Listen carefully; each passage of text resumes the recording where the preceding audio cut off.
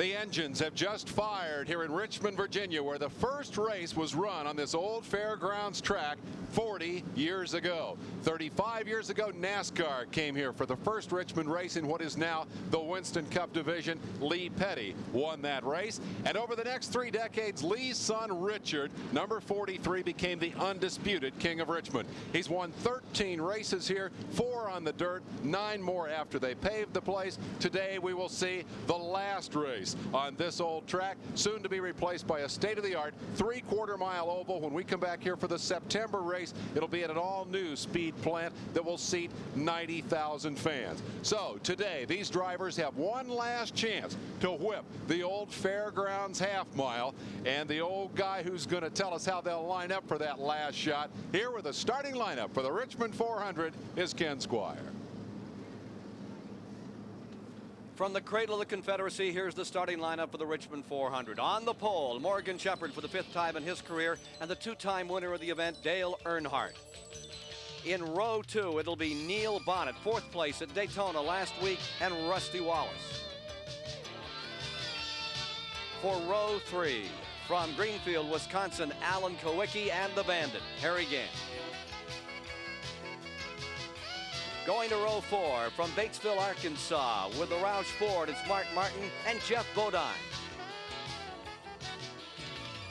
And in row 5, the 5-time winner of this race from Randall, North Carolina, Richard Petty and Terry Labonte. In row 6, the 1981, the 1980 champion, carrying one of our onboard cameras today from Franklin, Tennessee. It'll be Darrell Waltrip in car number 17. And there you see Darrell ready to go to work. Beside Darrell is Benny Parsons, the 1978 winner in car number 90, the Don Levy car out of Virginia. Then in the 13th starting position in row 7, Kenny Bouchard, big surprise, his Chevrolet out of Fitchburg, Massachusetts, and Sterling Marlin as the field rolls away in the preliminary laps. In row 8, it's Davey Allison of Hueytown, Alabama, 2nd place to his dad last week in the Daytona 500, and the awesome one, Bill Elliott of Dawsonville, Georgia. Going to row 9, Phil Parsons, carrying our 2nd onboard camera, is there in car number 55 out of Denver, North Carolina, and alongside from Jackson, Mississippi, Lake Speed. Row 10, from Chemung, New York, Brett Bodine is ready for business. And beside him, from Midland, Texas, Bobby Hillen Jr. In row 11 this afternoon, from Spanaway, Washington, Derek Cope. And from Chesapeake, Virginia, Ricky Rudd. For row 12, it's Brad Teague of Johnson City, Tennessee, and the King, or rather the King's son, Kyle Petty of Randall, North Carolina. Then in row 13, Bobby Allison, Hueytown, Alabama's great champion of this event on 3 occasions, and Michael Waltrip of Owensboro, Kentucky. In the 14th row, it'll be Buddy Baker and Dave Marcus, the winner of this race on 2 occasions in 82 and 76. Then in row 15, Jimmy Smut Means of Huntsville, Alabama, in the Eureka Pontiac, and Dale Jarrett. In the last row, the 16th row, the provisional starters, Ken Schrader and Lenny Pond, start out back. Schrader is driving the number 67. That was the Buddy Arrington car, and then Lenny Pond. There's been a slight switch in the background. Dale Jarrett has moved up into 30th position, and 31st is Schrader as they now roll on the track with the 32nd position, Lenny Pond. Schrader buying the Arrington ride after he failed to qualify for the event. Well, I think the key thing there is Kenny Schrader needs the points. He's running for the championship. Any way he can get a chance to get in the race, he had to pay. Now there you see the temperature, John, at 39 degrees. It's about as frisky as it was a year ago. There you see Bobby Allison's car number 12, which came out a bit tardy. It's behind the field as they complete the first of the preliminary laps. Sold out again today. We were sold out at over 130,000 in Daytona, 32,000 fill up the Richmond Fairgrounds on the half mile as we get ready for business this afternoon. Allison pulling for his spot. Lenny Pond starting out back for the first time since 85. 8 Chevrolets, 9 Fords, 4 Buicks, 5 Pontiacs, 6 Oldsmobiles the field, 8 previous winners, and the qualifying record set by Morgan Shepherd did not break the record of 1985 by Darrell Waltrip at 95.2 miles an hour. That goes to the record book forever as we bring you live the last race to ever be run at one of the toughest tracks in the history of Winston Cup racing. Well, there you see what they're going to be appearing on today. It's narrow, the drivers are not going to be disappointed that this track is closing the curtain today. They don't like this place. Well, it's claimed a lot of race cars. You can notice, and you can hear by the sound, it sounds like the race is going on. What they're doing is trying to heat these motors up, and they're running the caution laps at high speed so that we won't have engine problems later on. They're slowing down a little bit, and we'll get a good clean start. Every man here has at one time or another, if he's had more than 2 years at this track, tasted those walls. There's Phil Parsons. We were with him a couple of years ago on this track when he socked the wall in turn number 3. And of course, Phil had that tremendous finish just a week ago, coming home third, breaking up the Alabama gang's dominance. They had Allison 1-1 and Bonnet trying for third. It was Phil Parsons that took fourth. And now you're on board number 17, Darrell Waltrip's automobile out of the Rick Hendrick Racing stable as he prepares for the start. One lap, and they will be racing live on the Superstation today for the last time at the Richmond Fairgrounds half-mile facility. Ken, Phil, and Benny Parsons asked me to say hello to their mother in Detroit, Michigan, who's recovering from major surgery. Everything went well, but Mom, they just want to let you know they're thinking about you, and they're going to try to bring you home a winner. They're going to have a tough sled here this afternoon as Morgan Shepherd settles down, running the identical setup in the car to what he ran when he sat on the pole here in 1981. The Winkle car for Mr. Winkle, the first time they've ever been on the pole.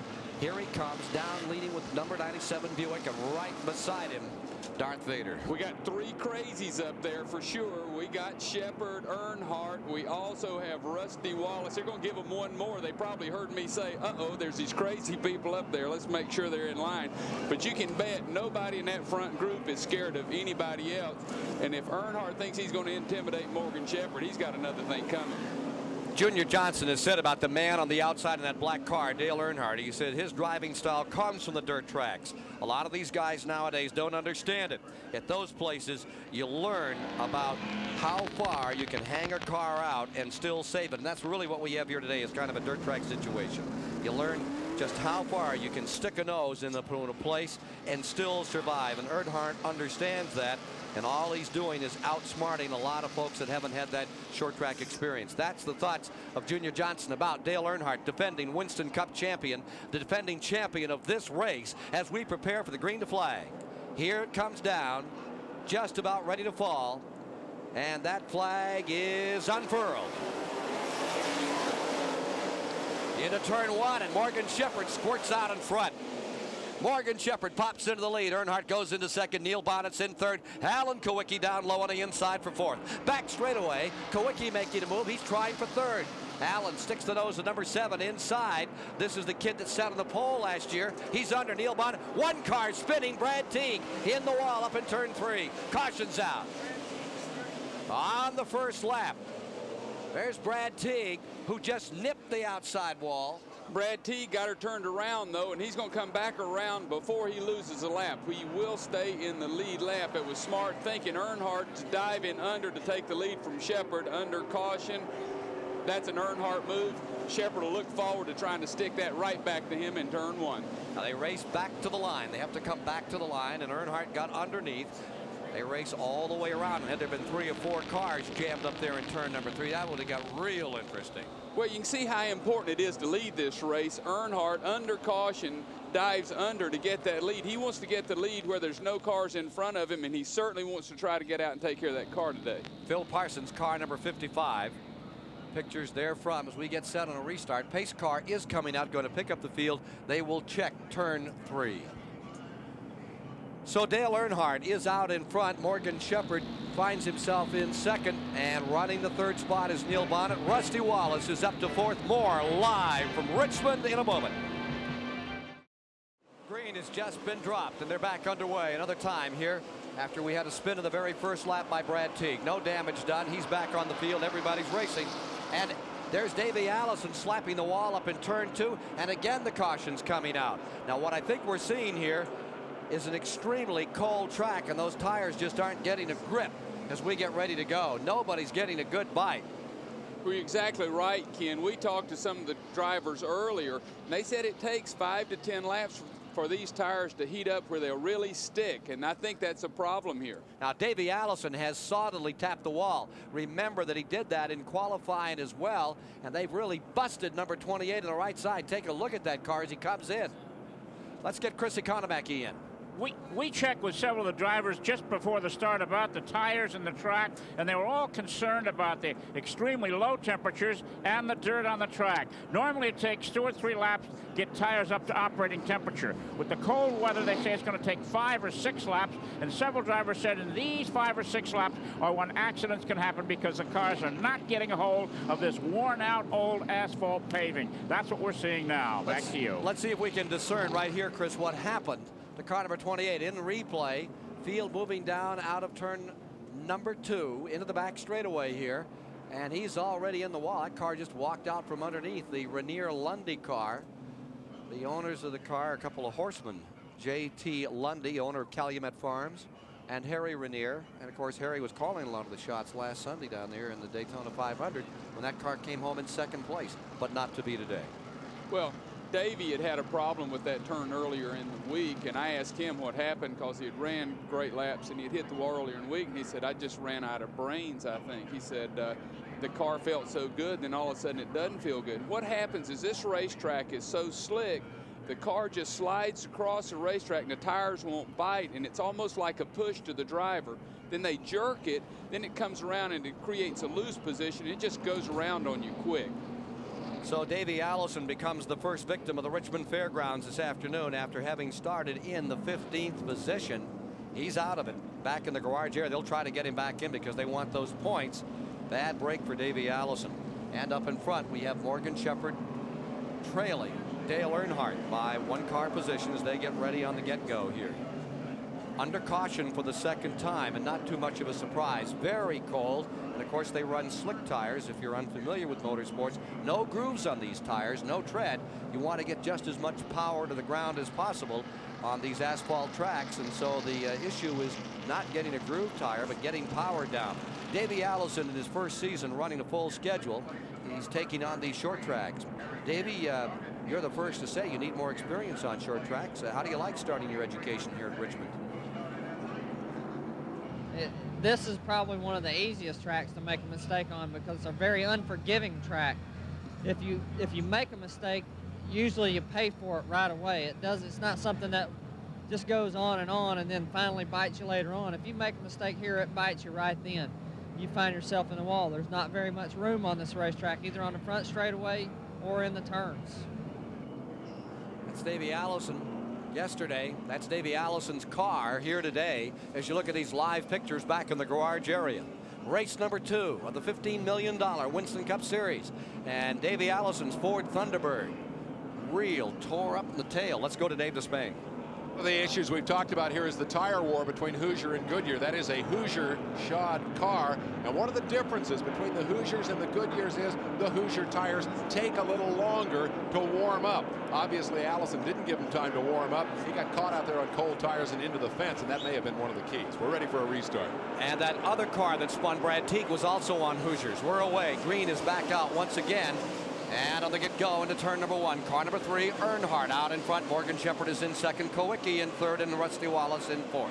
In the 5th position, back straightaway, comes Neil Bonner. Morgan Shepherd just hit the wall following Earnhardt. He slid, hit it pretty hard. He stayed out, but you will see there's a big gap. Morgan, right here, if you look the right side of his car, you can see the damage. He hit it fairly hard and just slid right into it. He almost got tapped by Kowicki, who had to get in the binders hard to keep from spinning him around down here in turn number 1. Races away with 11 laps complete now. Already 2 cautions, and there's the interval between 1st and 2nd place is on this half-mile track. Better than 110 miles an hour right there. Dale Earnhardt back in front where he was last year at the end of this thing, where he was 2 years ago. You can notice now Morgan Shepherd is holding the field up tremendously. He may have bent some of that sheet metal in on a tire, but now this is when you have to knock Morgan Shepherd out of the way, or Earnhardt's going to have a drive away. These cars are getting backed up. Here's Rusty Wallace making moves. This is the time people had to force their way and use a Dick Butkus mentality. And Richard Petty has moved from 9th up into 6th position. Car number 43. Petty right into the 6th position. There you see him in car number 43, trying to close up at this point on Jeff Bodine. A pretty good start here this afternoon. back up front once again. I would watch for Rusty Wallace to bust out. Alan Kowicki very tender with his equipment. He owns his own car, very careful about it, and I wouldn't be surprised if it would be Wallace that begins to try to ramrod his way through.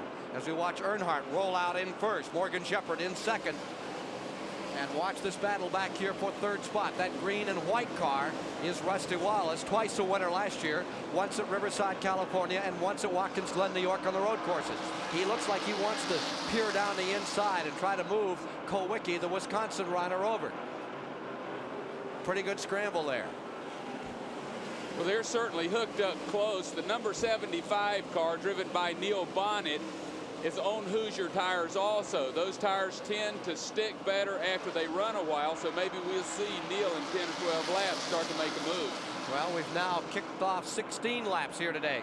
Here's Kowicki, and here on the inside is number 27 making a shot again. Pulls right up and taps his man on the bumper just to let him know he's there.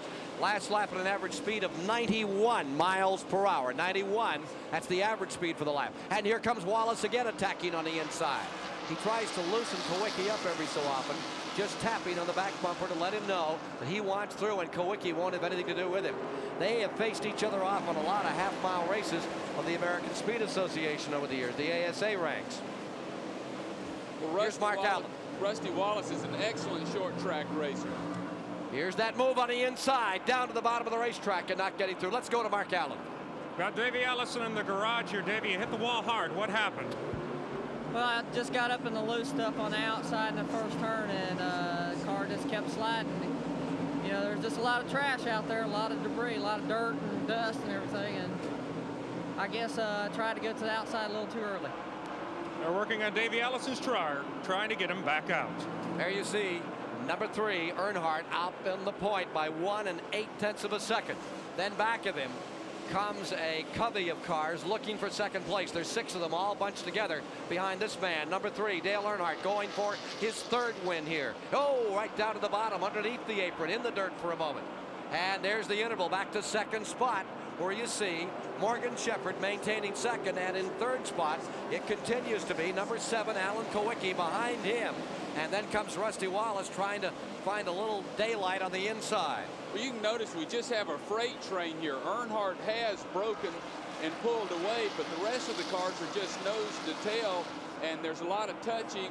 But Earnhardt's coming so quickly, those back cars are going to have to be careful or they'll be lapped. That battle continues between Alan Kowicki, the kid that sat on the pole here a year ago. Here comes Wallace on the inside. Wallace gets it right down in there. And then Kowicki drives away. You can see Rusty's trying to force the issue. He's driving it on the dirt and bouncing back on the track, bouncing back on the dirt. And he's going to let Kowicki know that you're holding me up because now Morgan's pulling away. So he's got to get by Kowicki or he's in trouble.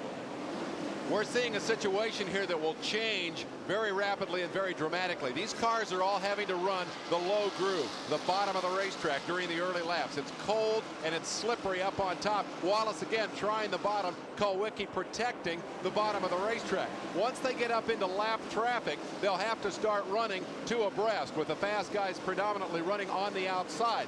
As that happens, a new racing line will develop outside the line that they're all stuck with right now. They'll run single file early, but once they start lapping traffic, they'll build a new racetrack that'll be 2 lanes wide. There's a great fight going on for 10th spot. Here is Earnhardt trying. Benny Parsons on the inside, a little further back. This battle up in front is great. Look at this scramble. They're going for second place again. Meanwhile, further back, car number 17, Darrell Waltrip, has his own battle going. He's fighting with car number 90, Benny Parsons, as they try to decide 10th place. You're inside of the car number 17, Darrell Waltrip, with the Exxon Superflow in-car camera trying to move underneath Parsons. He gets down to the bottom of this half mile as Benny lets the back end out of the Junie Donlevy car and can't get quite through. That's a great scramble. Benny Parsons has always run this track well, and Darrell Waltrip is one of the best that ever lived on this racetrack. But you got to know these old timers are smart enough to ride and try to take care of their car, be in the middle. But Earnhardt has got such a breakaway, everybody could be in trouble. Phil Parsons is in trouble and slowing down in turn number 2 for a moment. He's back into it again. He dropped back about 8 positions all of a sudden. They're out of turn number 2. Meanwhile, let's But there's Phil Parsons, who has fallen back in line. Stays right there and stays right behind the Bud Moore car. Trying to get back on the bottom of the racetrack and can't do so. Everyone's starting to get by Alan Kowicki now. They pushed him to the outside. Rusty Wallace started it and opened the door, and I think that's what happened to Phil Parsons earlier. One car gets under you. There's such a freight train coming that 6 or 7 cars will get around you before you can get back. Now Phil has to work his way around them one at a time. Here he is, dropping down to the bottom and trying to pick up cars. Let's go back to the leaders, where there is a change on the leaderboard. There you see Brad Teague about to be overwhelmed and lapped by Dale Earnhardt's number 3, the leader. In second is still Morgan Shepherd, but up to third has moved Rusty Wallace. Let's take a look at interval here. Here you see number 3. That is Earnhardt. And now you see the second place car, Shepherd, number 97, the Buick. And in the third position is number 27, Rusty Wallace, followed by Neil Vaughn in fourth. Harry Gant is now in fifth. Alan Kowicki has fallen to sixth. Jeff Bodine, the 86 Daytona champion, back in seventh. And then car number 43, Richard Petty, is back to eighth. Here is Richard Petty closing on Bodine and trying to take that 7th spot. Richard Petty, victim of that terrible crash, qualifying so well for this race that his cousin Dale Inman said after Richard had finished his qualifying run, if it wouldn't embarrass him, I'd have got out and kissed him. Richard doesn't qualify too well in these tracks anymore, but look at him busting up the inside and getting under Chemung, New York's Jeff Bodine. The king, Richard Petty, looking pretty stately right now. Well, you'll notice the move they make. Once they get under, they do let the car drift up because they have that other car between themselves and the wall. They drift up, the other car has to lift, and you're clear. So Richard Petty now finds himself in 7th and looking for car number 7, Alan Kowicki, directly in front of him. Here's Chris. Richard Petty is doing extremely well, taking into consideration that his right foot has been damaged from that Daytona accident. The muscles, ligaments are torn in that foot, and this is a track where the brakes are used every lap and used hard. So his braking foot is the tender one. I think he's doing a magnificent job out there. Richard Petty closing on Kowicki all the way around here. Winner of 200 Winston Cup victories, the all-time champion. Here he comes back into turn number 1. He'll have to be assisted out of that car as he was into it before the race began. Look at this, number 11, Labonte trying to move car number 5, Bodine, out of the way, and number 17, Waltrip, getting into it. What a scramble that one is. There you see that 10th place car, Darrell Waltrip, right up on the inside of Terry Labonte. You're talking about 3 great short track racers right there. All of them are proven winners. And you can tell how these folks are getting around here. You can see Darrell just sawing that steering wheel with the in-car camera. Its car's jumping around. We got a problem. Car number 10, Bouchard, has hit the wall. Caution is out. That's the 3rd caution of the day, and it comes on lap 37 of 400 to be run. 37th lap, and that is the new Whitcomb car that comes out of the state of New Hampshire. And Kenny Bouchard, the brother of Ron Bouchard, former winner of the Talladega 500, who failed to qualify for the Daytona race a week ago, qualified very well here, but he's had trouble. Well, Ken Bouchard qualified so well, and a lot of people felt like it was because of the Hoosier tires, because they show better in qualifying. But I don't know what happened. Maybe we can see in the replay, see if we can find out what happened during that accident. $358,000 at stake here this afternoon at Richmond, Virginia. You're watching the action live on the Superstation. Here at Richmond Fairgrounds Speedway, we've had our Timex Speed Track computer on the leader in this race, Dale Earnhardt. He has cut the fastest lap of the race thus far. This is neat. You program in the track length, 0.543 miles here, a little more than a half mile. Punch in a lap time. It'll give you the speed. Earnhardt with the best thus far at 91.1. We come down for a restart, and we're back underway with Earnhardt out front. 41 laps are complete. Johnny Hayes, Ken Squire, topside here at the Richmond Fairgrounds live as we watch car number 3 jumping out in front. Lap car, that's Brad Teague on the bottom. Rusty Wallace trying to move around him. With him comes Neil Bonnet, Harry Gann, Alan Kowicki, and Richard Petty back in 6. Out of the back of the pack comes Morgan Shepherd. He pitted. The 2nd place car, the Buick of Shepherd that had sat on the pole, is going to ramble from the rear of the field. He's back in 24th. on this restart. Let's see what he can do. Meanwhile, on the back straightaway, here's a move on the outside all the way around. Rusty Wallace dropped back a bit in turn 1, then picked it up and went around Bonnet. Bonnet almost had him for a moment, and Rusty Wallace sails into second easily now after Bonnet had him for a moment. Neil Bonnet back to third. Harry Gant stays fourth. Here's Chris. I'm in the pits with Buddy Arrington, whose car is being driven today by Kenny Schrader. Buddy, what's the tire story on this car now? Well, right now, Chris, we own the Hoosier tire. We make a tire change, which will be over 100 left. We're going to go to Goodyear. But the reason we're going to Goodyear is because Harry and them is doing the car, pitting the car, and they already had tires bought to run the race on, and I only had a couple of sets. So we're not changing for no reason, something wrong with the Hoosiers. We're changing because they got so many more Goodyear. Okay, that's the first change, and we may see more of that as this race wears on. Back to you, Ken. Ken Schrader buying the ride on the Arrington number 67. There you see this flock of cars moving down. Earnhardt having it all his own way. Could he win this race for the third time? Back-to-back 2 years in a row. We'll see. Bonnet has closed up in his encounter with second-place man Rusty Wallace. And there you see car number 5, Bodine, yellow and white car that is running in the 7th position. Right behind him, Terry Labonte, and then 17, Waltrip. Waltrip putting on a good scrap at the present time. Pulls himself up into 8th. And you're inside Darrell Waltrip's car as he shakes that thing to the outside of the racetrack. Tries to knock down one more. Let's elaborate just a moment on that Goodyear Hoosier situation that Buddy Arrington referred to. NASCAR rules require, now that we have a tire war, we have 2 companies involved after Goodyear being dominant for so many years. If a driver or team wish to switch brand, spin, trouble on the racetrack. Yellow is out. We've got a hard one down here in turn number 1. I mean, we got a beauty. At number 68, Derek Cope really socked the wall. That's a tough break for the young man from Spanaway, Washington.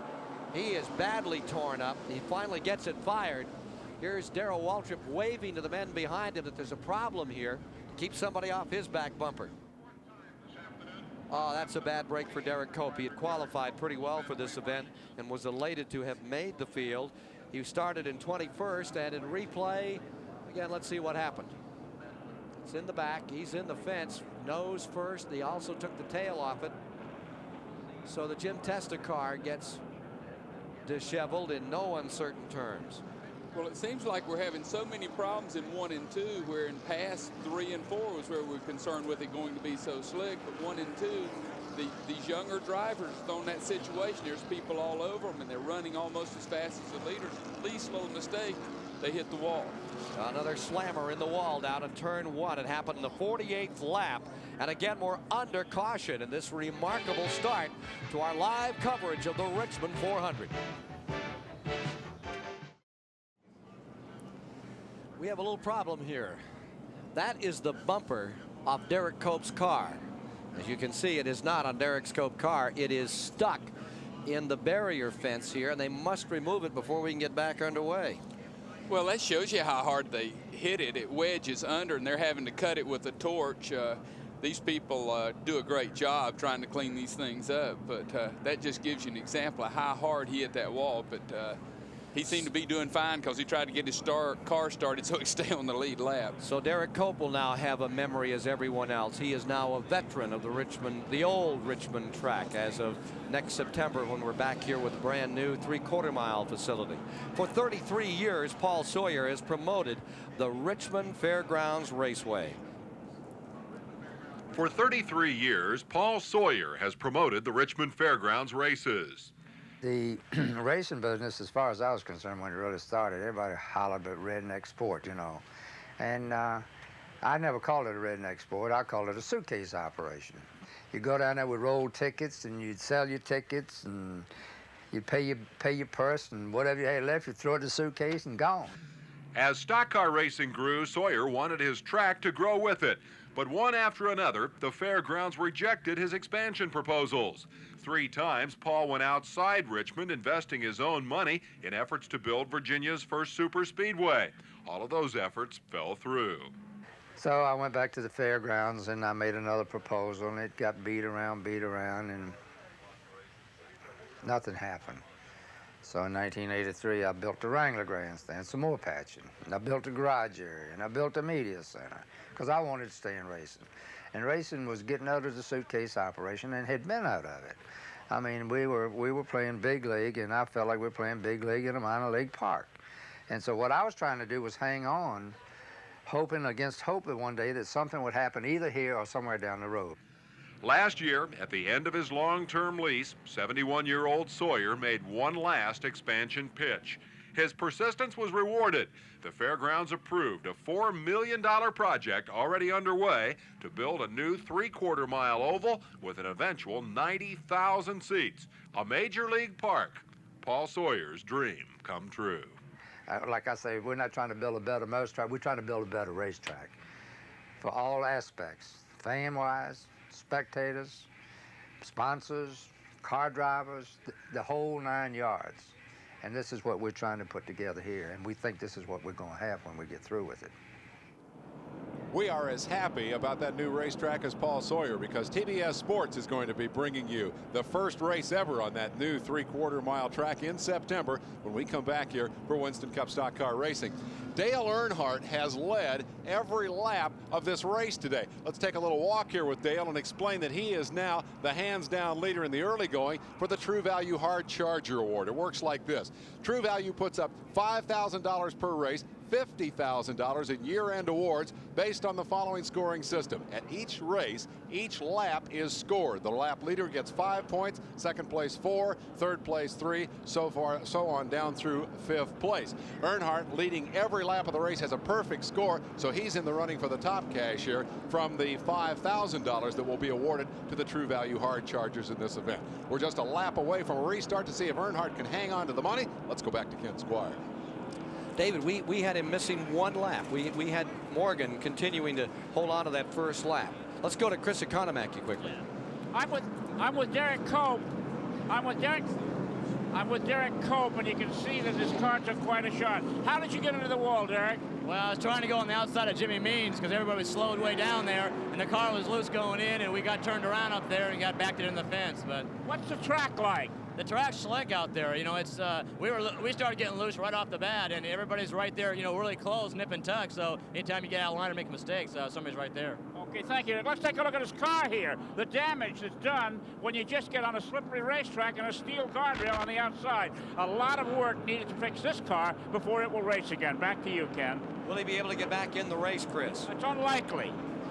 That's the story on Derek Cope as the Pontiac pace car pulls in, feels ready to go. Earnhardt in first, Bonnet in second, Wallace in third, Gant in fourth, Kowicki in fifth, Petty in sixth, Bodine in seventh, Waldrop in eighth, ninth, Labonte, 10th, Parsons, Benny, and 11th, Martin as they go down to turn one.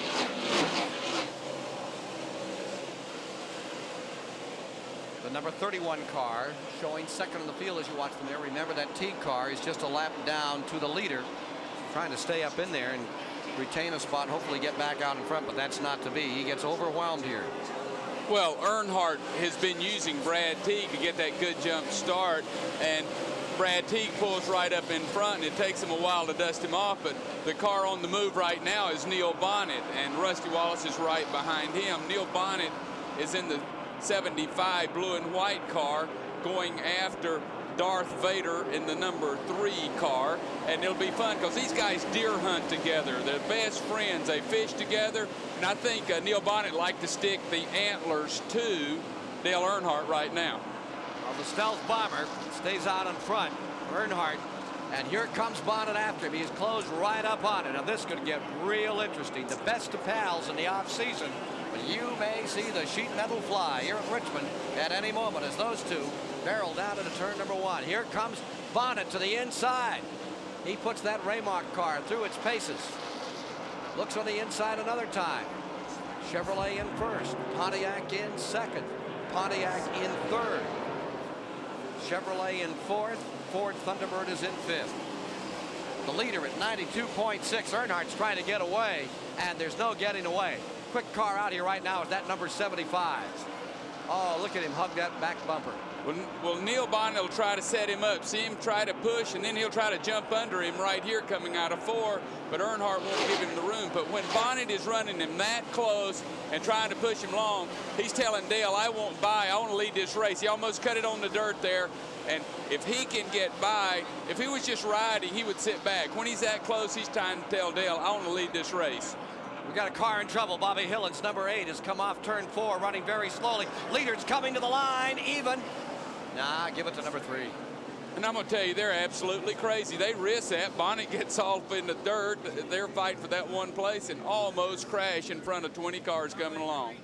Bobby Hillen out of Midland, Texas, in one of the Stavola cars, the sister car to the Bobby Allison machine, having trouble up here in 4 and just idling down toward the line. And watch them sit and visit. They're talking by now. I guarantee you they're laughing at each other and waving, saying, I almost got you, big boy. And they said, but you didn't. We asked Dale Earnhardt what kind of a track Richmond was.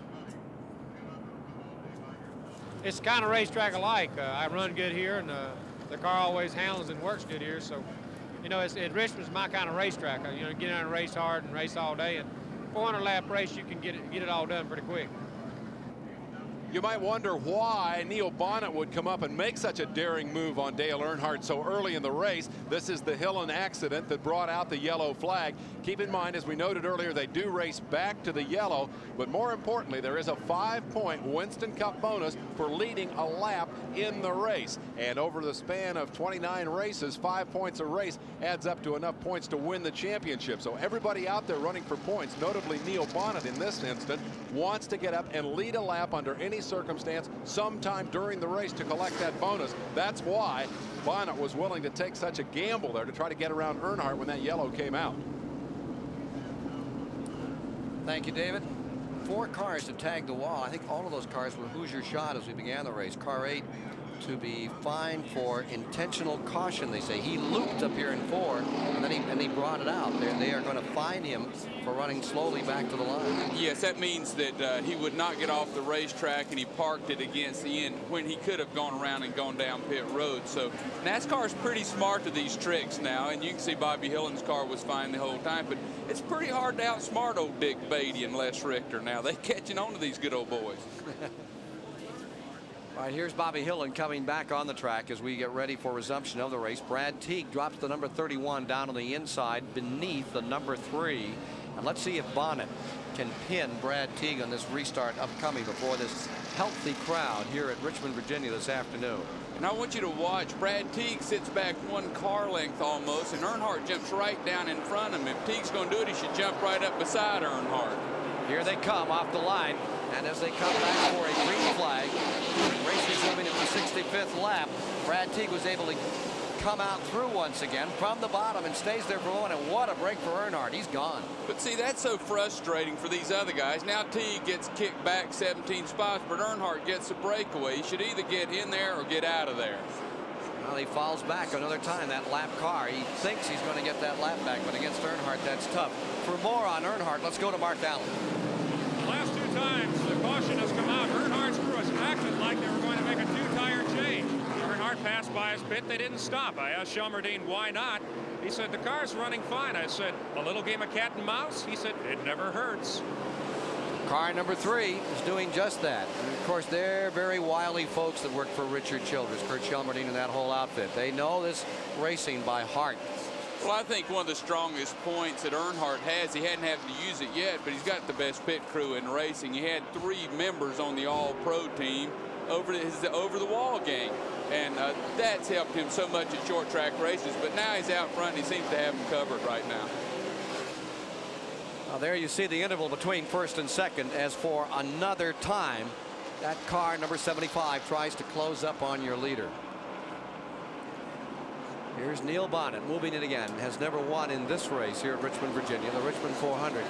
Further back in the field, see car number 17 Waltrip is trying to get out from under some machinery at this point. There you see those 2 leaders, and definitely here's Waltrip's car. Notice he's working on the back of the car number 5. That's Jeff Bodine in 7th. Waltrip is in 8th, and here is Waltrip trying again on the low side. You see Brad Teague hung out there now. Once you get hung out in that outside lane, anybody close is coming around you, and you just go further and further back because they will not let you back in. Here's Waltrip trying again on the inside. He really stuck it down in there as he went all the way to the dirt and was not able to get by. Now remember, as you watch these pictures in those straightaways, they're better than 100 miles an hour in these short straightaways, this 1/2 mile track. Earnhardt once again takes a shot down the inside and is not going to get through. Meanwhile, up in front, how do you do? Here comes Neil Bonnet for another stab at the number 3 car of Earnhardt on the main straightaway. And look at the 75 track on the inside. Well, Bonnet's strong, and he's just wanting to let Dale know, I'm just as strong as you are. And they'll keep messing around, and they'll get together, and they'll have a good time. But I think what Neil's trying to say, let's hook up and get on out of here and try to go lap some cars. Rusty Wallace continues to run great in 3rd place. Harry Gant, we haven't given him a call, but he's been in 4th place all day running up front. Yeah, I would disagree with that. There he goes right down on the inside, and Bonnet puts the move on. He really put the move on. Car number 3, Neil Bonnet, number 75, becomes your new leader. That is the second lead change of the race, and Richard Petty is making a real run in the car number 43. Petty's trying to catch up with Kowicki here at this point. Another lead, another position change may happen. There's Kowicki in the number 7 out of Wisconsin, and Richard Petty right behind him. That is the fight for 5th position on the track. Watch Kowicki in the Ford Thunderbird. Let's see if he can stay in front of Richard Petty. Up in front is Neil Bonnet. 2nd is Earnhardt. 3rd is Rusty Wallace. 4th is Harry Gant. 5th is this man Kowicki, and Petty, who started very well in 9th position after that disastrous crash a week ago, is looking to move beneath him. Richard Petty down on the inside, side by side with Kowicki. Kowicki draws him off with that Ford. No politics on that number 7 team, nor really on the 43, but so many teams are afflicted with problems. Kowicki really runs his own small organization.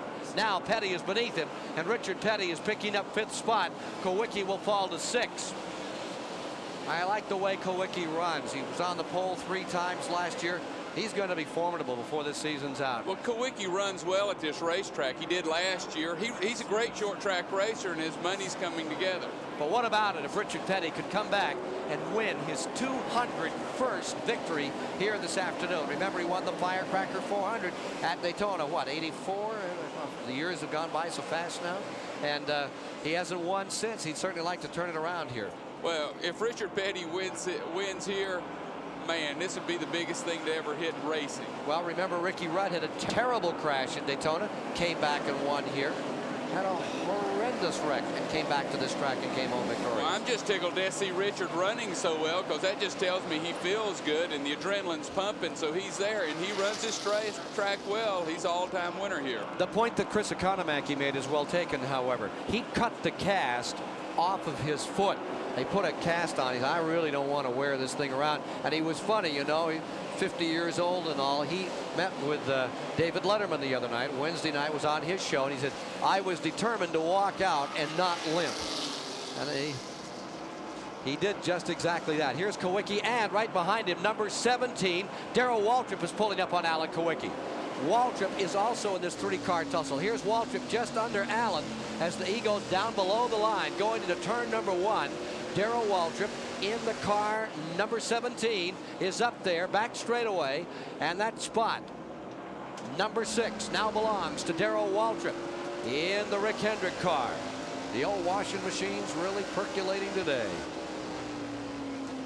Richard Petty is directly in front of car number 17, and Petty is the all-time winningest driver here at Richmond with 13 overall wins. So we asked him about this half-mile track. Not really. You know, we've been here since I used to run it when it was dirt, and they'd asphalt it. We won the races on it when it was dirt. We ran races when it was asphalt, and we're looking forward to having a better track at Richmond. There's a lot of good fans up here, and they deserve a little bit better than this. they're going to get a little bit better than this, and Richard Petty's going to help make it happen. Right after this race is over, Richard is going to climb out of the 43 car, climb on a bulldozer, and begin the ceremonial tearing up of the front straightaway. He's actually going to bulldoze some of that asphalt and open the door to the creation of a new racing facility here. They've given Petty that honor as a man who has won 9 times on this racetrack, including 4 back when it was dirt, 5 times since they paved it. Richard's going to help bulldoze it here this afternoon. Right now, his problem is to hold off Darrell Waltrip. He said nobody is more appropriate for that job. He said, I bulldozed everything else on this track. I'd like to be part of that action when they get ready to build the new one. Here is Waltrip really closing in on Petty. This is a good scrap for 5th position.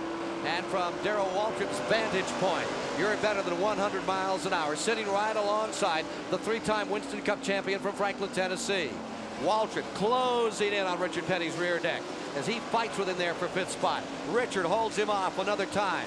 Good battle going on at Richmond Live here on the Superstation, and you're watching and being part of Darrell Waltrip's effort to take another spot as he tries to win this race. Darrell Waltrip having a great day, won over $8 million in his career. There you see him tussling with that car, going back into this corner, working that machine. He is such a good short track talent. Fighting with Richard Petty, who's won more here than anyone. Back in the days of dirt, we've got another car crashing in the wall. In turn 1, it's Jimmy Smut Means. Jimmy Means tears up car number 52. These cars are all losing it in turn 1, and they're hitting it hard. That corner has got to be so slick, and these cars are just pushing right into the wall. They cannot turn them. They go shooting in there. They need to figure out how to get through there, because that is a tough spot. So Jimmy Means brings out another caution. That is the 5th caution of the afternoon, number 75. Here's Neil Bonnet, your leader, on pit road, and watch the hustle here. Raymock crew goes to work. And even though it's under caution, a lot of pressure to get in and get out for Neil Bonnet, driving with a badly broken and shattered leg. We'll be back with more of the action here this afternoon at the Richmond Fairgrounds, live on the Superstation after these good words. 90 laps have been completed. All the leaders have come in. They could have gone to about 150. It's been a straight green condition. As we sort them out after this, let me bring you up to date. We are under our 6th caution here, not our 5th, 6th caution, and 5 of the cars that have had real trouble, 5 of those cautions on those Hoosier tires. Let's go to a Goodyear Racing update. Standing by is Bob Varsha. Thank you, Ken. Hello, everyone. In addition to this great race you're watching here at Richmond, stock cars are also running today down in Bradenton, Florida, where NASCAR All-American late model champ Dave Mader and ASA National Short Track champ Butch Miller are the favorites going into today's first points-paying race of the year, the Icebreaker 125 at DeSoto Speedway. They're qualifying right now. We'll get you more on that later on. Here at Richmond yesterday, the final NASCAR late model event of the year started slowly on this historic half mile, but really ended with a bang. The Pontiac Excitement 200 was anything but for 100 laps as number 20 Roger Sawyer, Bobby Moon in 90, and Jeff Burton ran single file. Then it all hit the fan. Lap 140, Moon passed Sawyer. They tangled and hit the fence, knocking both from contention. Number 12, Jeff Burton took over until a tap from behind by Wayne Patterson ignited this 10-car fandango that completely blocked the front straightaway. Patterson emerged unscathed to lead the final 30 laps and claim the last late model stock car race at historic Richmond. And Wayne Patterson also said he was sorry for causing that accident, but he takes the win. Out west last night, Honda's Ricky Johnson overcame a bout with food poisoning, and Kawasaki's Jeff Ward to win the Mickey Thompson Supercross in San Diego. That puts Ricky Johnson way out front in the series standings, while Jeff Matazovich kept his unbeaten streak alive in the 125cc class. That's it for right now from our Goodyear Motor Week Racing updates. Right now, let's go back to Ken Squire and the racing. As we get ready to resume, I think Jimmy Means will make it back into this race after that altercation he had in turn 1. Pace car getting ready to come in. Richard Petty now in the 21st position after these stops as he came off pit road. He got nailed, or he nailed Buddy Baker. They hit each other, and Baker pitted after that. He's back on the track, ready for the restart with Waltrip in first. In second, Allison. Bobby third, Marcus fourth is Ricky Rudd, and fifth is Kyle Petty as the skirmish gets back underway. 93 laps this time by. Here you are with car number 17 in front. Darrell Waltrip in the lead. Second place man is number 12, the lap car. Number 8 is Bobby Hillen. both off that Stavola team. There's the number 8. That is a lapped car. Bobby Allison trying to move around, and here's what it looks like from the leader's viewpoint. The kind of opportunity you really like in a race. That's the kind of windshield you like to have. Nothing out there but clear sailing. No problems, no worries. On the other hand, there's what Phil Parsons has to put up with further back in the field. Everybody's all over Phil. He's right in the middle of a major war. And Earnhardt is on his way, sailing through cars. One car slamming the wall. Brett Bodine in turn number 4. And we've got a major collision taking place down here in turn number 1. There's Mark Martin's number 6 slithering across the track and getting nailed. And I think Phil Parsons is part of that as well. They've taken the nose off Phil's car. Phil's on the ground. He's trying to get back up on the track before he gets slapped. The cars have slowed down. That means he can stay in the lead lap. That was a good courtesy move by Darrell Waltrip because he could have gone by if he wanted to. 15 and 27 were side by side, and let's take a look and replay of what happened here from Phil Parsons' vantage point. Going down into the corner, there's the Bodine car loose. Just lost it. That's the car that was the one that tangled with Richard Petty after Richard had rolled over so many times last week. Here comes number 6 Mark Martin with no place to go. Whammo. Richard goes across the grass with a great move, picked up about 5 spots. Heads up driving. There's Phil Parsons back in it again in car number 55. Maybe we can get a look from his car at what happened out there. Oh, that's too bad for the Roush team who had just come into racing. You can see fluid leaking out from that car. Jack Roush, the owner of this car, has had such great luck in Trans Am competition with the likes of Pete Halsmer and Scott Pruitt, and they've come to Winston Cup racing and so forth. Their fortunes have not been very plentiful. We'll be back with more live from Richmond following these words. 98 laps are complete. Don't forget, we'll have a Goodyear mid-race update if we get to it before dark, John. Well, they've been going sideways on us a lot here. Phil Parsons, you see from his in-car camera, he's coming back in. They had damage on the front right, but it looks like it didn't hurt the car. They're just trying to do cosmetic work. Phil Parsons opened a lot of eyes last week with his great third-place finish in the Daytona 500. He's also carrying one of our in-car cameras. Let's meet Phil Parsons and his family. While all eyes in last week's Daytona 500 were on the battle between Bobby and Davey Allison for the checkered flag, back in third, Phil Parsons was on his way to the best finish of his young Winston Cup career. It couldn't have come at a better time. I wasn't quite as ecstatic as I would have been because my mom was in the hospital this week and had surgery yesterday, but I'm happy to say that everything went really good. So now I'm back on cloud 9, yeah. 9 weeks ago, the arrival of Kinsley Ray turned Phil and wife Marcia from a couple to a family.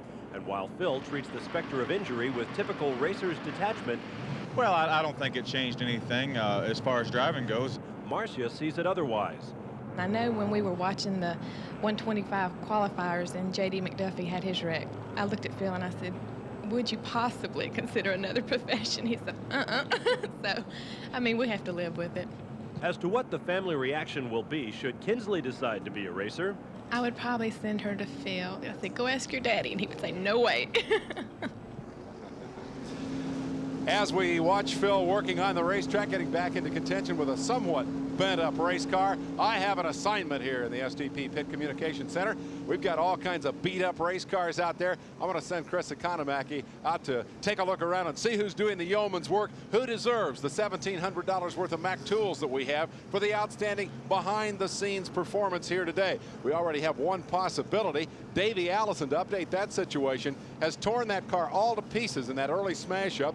The word we have is that the rear axle and the differential are broken. The right front A-frame, the mechanism that basically holds the front wheel on the car, has been shot. But they're going to try to strip all those old parts off, put new parts on, and get Davey Allison back out there. His crew would certainly be a contender for that Mac Tools reward. Chris may have done some quick work here. They're saying, let's send it down to Chris Economaki right now. Well, here's another candidate for that award. The men on the Jack Roush crew on the Stroh's number 6, driven by Mark Martin. There must be 10 or 12 men working. The car's stove in front of the driver's side. The trunk is shot. They're draining the oil out of the engine. The car is really battered and torn. And we're going to try and get a word in here with Mark Martin. He's being interviewed by the radio on the other side of the car. But these guys are all over this car, and it looks as though maybe they'll get it back in the race so it not be handling. Hey, Mark, what was the problem? Why did you get banged up? Well, I don't know. I couldn't see what happened. You know, it's a tight little racetrack, and there's been dust and dirt on it from the start. Everybody seemed a little bit itchy there after that restart. Somebody got with somebody. The next thing I knew, Brett Bodine was spinning, and I just couldn't get out of it. I tried to get underneath it, and I did, and I got in the mud. And How hard was the hit? No big deal. Just, you know, I feel really bad. We hadn't had a chance with this Stroh-Light Thunderbird this year. You know, this is second race, and we're out of it already, and the car was running real fine. I wish we could line up and do the Rockingham race this afternoon. Thank you, Mark. Well, there's a lot of work to be done here. Let's go back now to Ken Squire. Well, let's see just exactly what did happen to create this 7th caution of the day. 101 laps now complete. From the viewpoint of Phil Parsons, here's what happened. There's Richard right up in front of him and his brother Benny on the outside. Here they are into the straightaway, coming down. It should happen right about now. Right in here is where the fur began to fly. There it goes. And there was the impact right there. Yeah, I'm sure that's the way Phil's mind went, is blank. David? One footnote to that, Kent. Some of the drivers are a little upset about the way Mark Martin handled the aftermath of that incident. I'm sure Mark didn't know it, but that car, as Johnny Hayes pointed out, was leaking fluid. Martin, when he came around to pit road, stayed in the racing groove. So he has oiled down the racetrack a little bit. It's already terribly slick out there, and now it's even worse in the aftermath of this incident, in which we saw Phil Parsons take that smack right there. I don't know how much slipperier it could get, David. It's a real skating rink today, and the temperature is indicative of that. I mean, it's cold, and when you have a cold day like this, even though it's a sunlit day, you can see Darrell Waltrip kind of warm some heat into the tires of car number 17. Those tires are just like hockey pucks out there. They sure are. We'd like to go down to Mark Allen now. He has an update. I'm with Richard Jackson, the car owner on the 55 machine, and he's watching the feverish 40-second work as Phil comes in every lap for some service. How bad is the damage?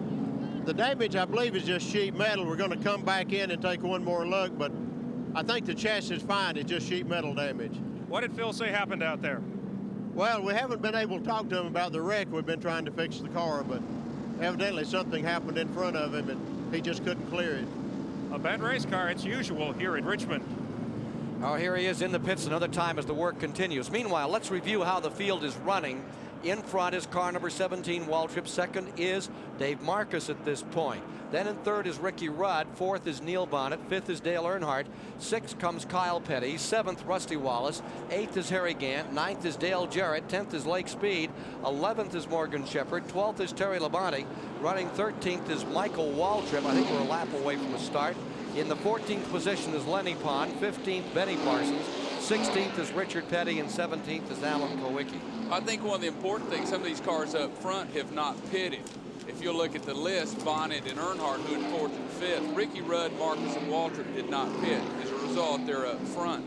I think you will see in a situation later on that Earnhardt was coming to the front like a bulldozer Earnhardt. I think they started bulldozing before or after the race, but there were cars going everywhere, and Bonnet was right with him. And they did a heck of a job, he and Rusty, coming to the front. Well, there you see Earnhardt back in the 5th position. Pace cars coming in and up in front as the crowd comes to their feet. Sellout Capacity House in Richmond, Virginia. It's cold enough to be polar bear weather, much less football weather here today. Here they are down for the start.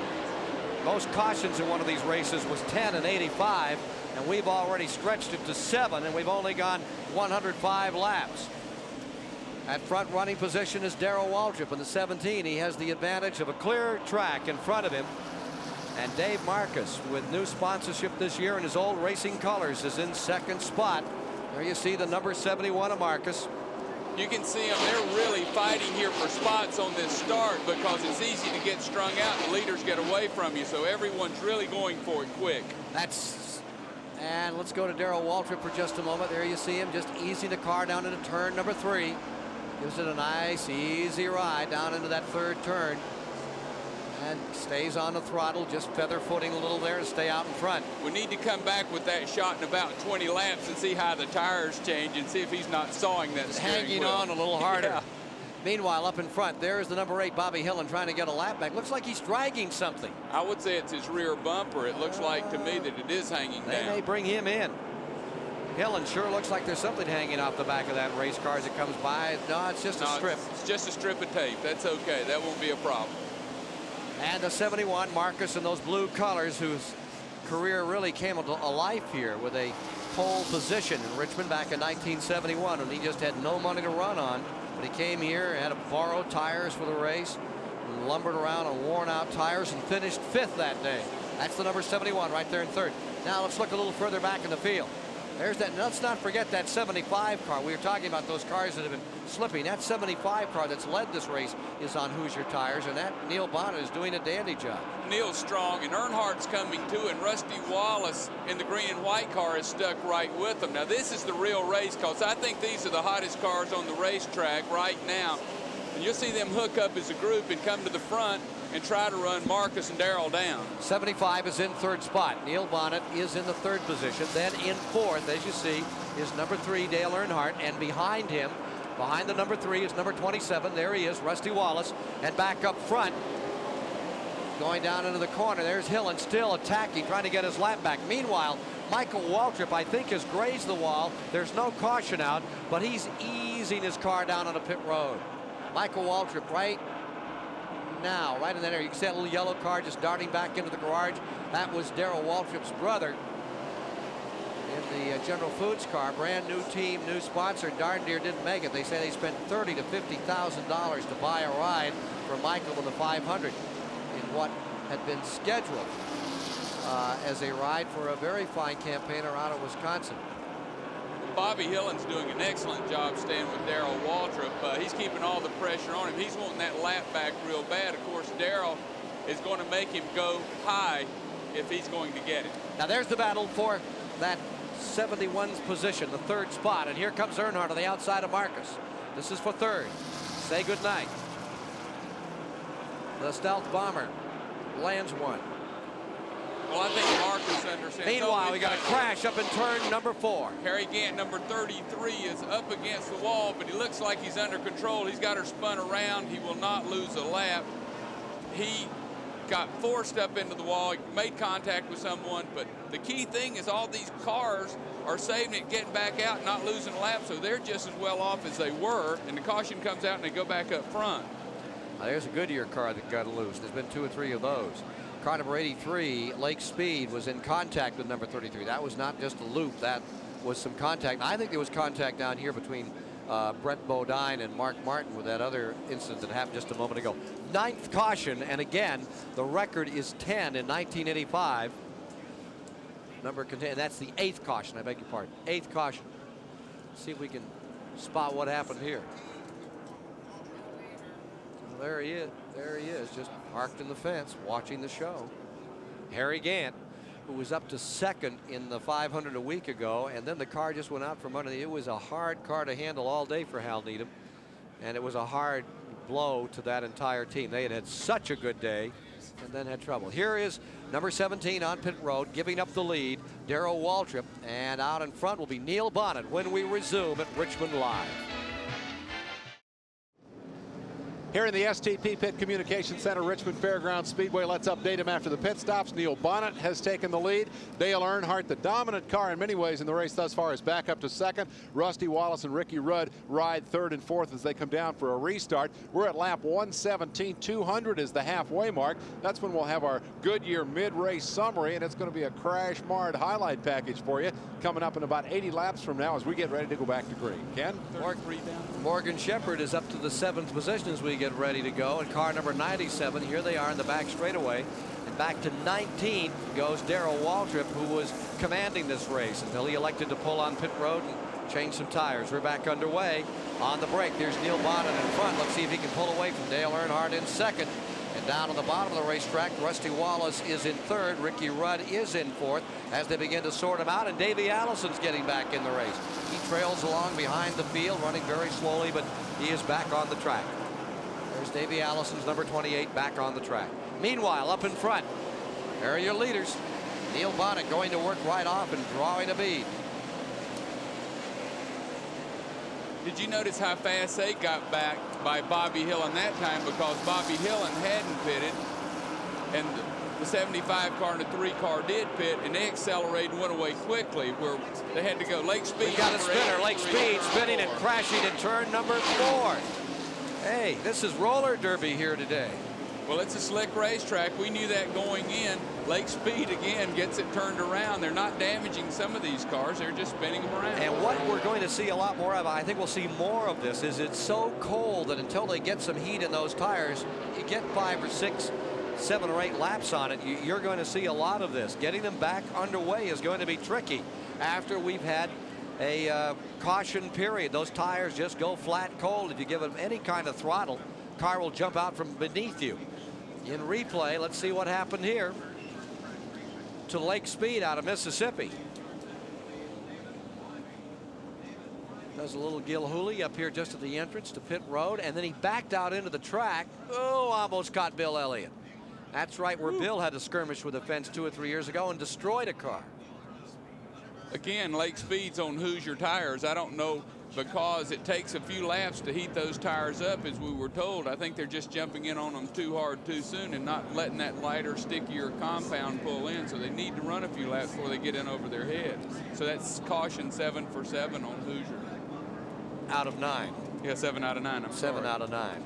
And we have Buddy Baker back on pit road another time, reviewing the field for you. This is going to be a very short caution period. Bonnet is first, Dale Earnhardt is second, Rusty Wallace third, Ricky Rudd is in fourth, Morgan Shepherd is in fifth, Terry Labonte is in sixth, Kyle Petty is seventh, Benny Parsons is eighth, Richard Petty is ninth, Alan Kowicki lies 10th, Bill Elliott 11th, Sterling Marlin is in 12th, and Jeff Bodine's number 5 is shown as the 13th car. Going 14th on the field as we get ready to resume would be Bobby Allison. Then in 15th is Phil Parsons. In 16th will be Darrell Waltrip. And in 17th is Dave Marcus with the 18th spot, number 29. It's so hard not to say Cale Yarborough when it is Dale Jarrett in that car now. Here's Chris Economaki. Well, we're down at Lake Speed's pit, but he was in and out. They changed 4 tires. The car's got a lot of slight sheet metal damage on both sides. This old Richmond racetrack, in its last chance to wreck cars, is doing its probably best job in its long history. Hey, Chris, you're batting about 66 and a third here in this one. Last week, you said that Richard Petty might retire, but everybody forgets you picked Bobby Allison to win, Davey Allison for second. We haven't heard your prediction on today's race, sir. Whoever's left will win. All right, let's see. We're down to 124 laps. That's calling it safe, isn't it? I love it. Yeah, he's been one of my Dean heroes. of American Racecasters. Chris Economaki. Here we are. Pate's car is ready to pull back onto pit road, and when they turn him loose this time, it'll be Bonnet first, Earnhardt second. Rusty Wallace is in that third slot, and maintaining fourth is Ricky Rudd. Morgan Shepherd up to fifth after that brief run between caution flags last time. Morgan's been working his way up to the front through the whole. When you have to start that far back, it takes a while, but Morgan's car is working as well as it ever was. Davey Allison has been in the pits and back out again. He's running 30 or 40 laps down, as he was. You may have missed it if you just joined us. He was in trouble up in turn number 2 and bent the car that car of Vernier and Lundy very badly in the start. Davey is 115 laps down. That's racing for points. 75, Bonnet is out in front. Number 3, Earnhardt is in second. Then the lap car of Bobby Hillin, a lap down. The third place car, there's another lap car in there. That's Harry Gant, who's a lap down. There's 2 lap cars. There's number 33, Harry. Harry Gant, they made a tough choice. They pitted the car before the caution flag was out. They were okay. They were in the lead lap, but they made a decision that worked against them, and that put them down a lap. Tough call. He's going to have to come back. Tough call. Now let's go back with those leaders. There you see the third place man, and here's number 75 just streaking away, Neil Bonnet. Now remember, Bonnet crashed right here in turn number 2. Said it was the fastest stop he ever made. He went from 90 miles an hour to 0 in 3 feet when he got impaled on the fence here a few years ago. That really hurt him bad, but not nearly as bad as the terrible crash he had in Charlotte, North Carolina last year, which shattered his hip, shattered his leg, and he's come out and run just as tough and just as strong as this member of the Alabama gang always has. And of course, these drivers all load up and go to Australia tomorrow, and then they come back and run at Rockingham, North Carolina. You have to love it, don't you? The thing that they're dreading is the 30-hour flight sitting side by side to Australia. There's no easy way to get there from Richmond, Virginia. Take a look at this on the outside. Ricky Rudd trying to go around Morgan Shepherd. That is a good scramble. The number 97 car, and that is Morgan Shepherd trying to hold on and get in the 4th spot away from Ricky Rudd.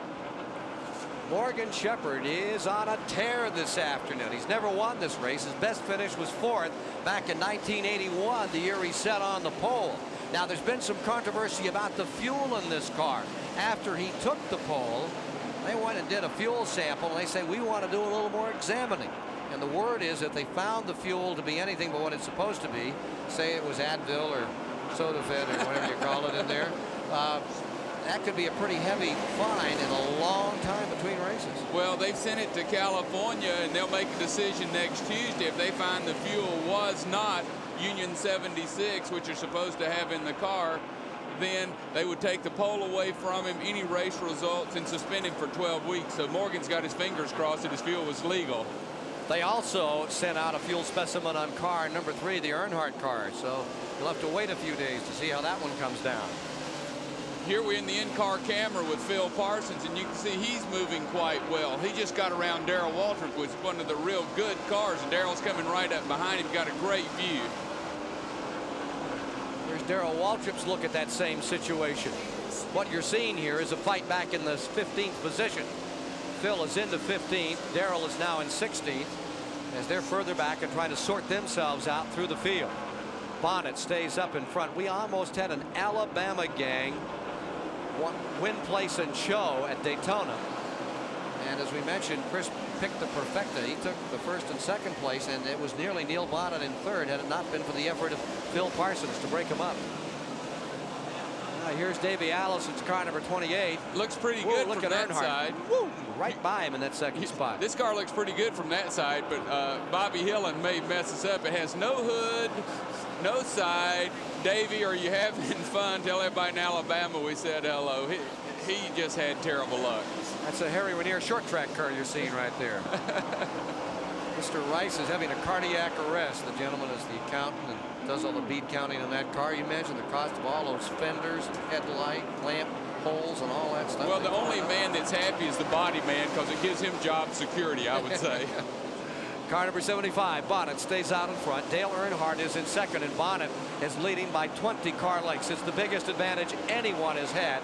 We've completed 137 of 400 laps. It's taken a long time because we've had 9, count them, 9 caution periods, and we're not halfway in this fracture. And I mean fracture. They've bent and broken all kinds of race cars. Only 9 cars out there that are reporting don't have a mark on them. Well, I've always loved tackle football better than I have touch, and this is full-blown tackle. We've had a bunch of 15-yard penalties. This one's been a good race. 75 stays in front. Here's Neil Bonnet leading Earnhardt, last year's winner. And there's the 97 to Morgan Shepherd going after Rusty Wallace. Wallace in that 27 car is your 3rd place machine going around the lap car of Bobby Hillen. And he's been trying to get around Bobby Hillen for about 20 laps, and he finally saw Morgan there, and he says, if I don't get around now, Morgan's going to knock me around. And you watch Morgan work Bobby Hillen Jr. He will work him hard, real hard, and I can assure you we may be looking at something there, or Morgan will go back because he is an aggressive race car driver. There's the Buick. That's the number 97 trying to sort itself out and move around, and Morgan is not afraid to mix things up one bit. If he gets trapped in any kind of traffic, he'll just move you over. Fence, infield, whatever it takes. Let's see what happens here. Here's Harry Gant right with him, who has a little experience in that department too. Harry and Morgan grew up racing each other in Hickory, North Carolina, so they're going to try hard to work together. You can see Harry's car push up right there. That's the spot that the car will just slide. You can't turn it, but he's going to keep coming after Hillen and try to get him on the outside. I think he's making a move. Hillen will lift now because he had him in a funny position. So, again, the number 33 is running a lap down and is not being shown at the top 18. There is the Neil Bonnet, number 75 Pontiac, staying out in front. And the new Pontiacs have acquitted themselves well in the very first race of the year at Daytona. That was last Sunday, but how will they fare on the short tracks? We posed that question to the driver of this car, Neil Bonnet. Well, we feel like we got more to work with. The car's a lot smaller. It gives us better weight distribution and all. It's just a simple matter like going down the road. If you want to find a parking place and it's a small hole, you can get a smaller car in there. And as tight as we run on this racetrack, I can't help but think this smaller car will be an asset to us. That smaller car is running right smartly around this racetrack right now. Neil Bonnet, while we were watching that Morgan Shepherd scuffle, turned the fastest lap of the race. My Timex Speed Track computer caught him at 92.74 miles per hour. That's 0.14 of a mile an hour faster than Dale Earnhardt had run earlier in the race. Right now, Neil Bonnet is the fastest car out there. And replacing this man in that category, that is Dale Earnhardt, currently running second. The speed 92.74 miles an hour on Neil Bonnet. It's mitten and ear warmer weather here at the Richmond Fairgrounds as Neil Bonnet continues to heat it up a little out in front, and we've got a car hard in the wall. It's car number 55, Phil Parsons, and tires are down on the left side. Both tires are down as he tries to draw away.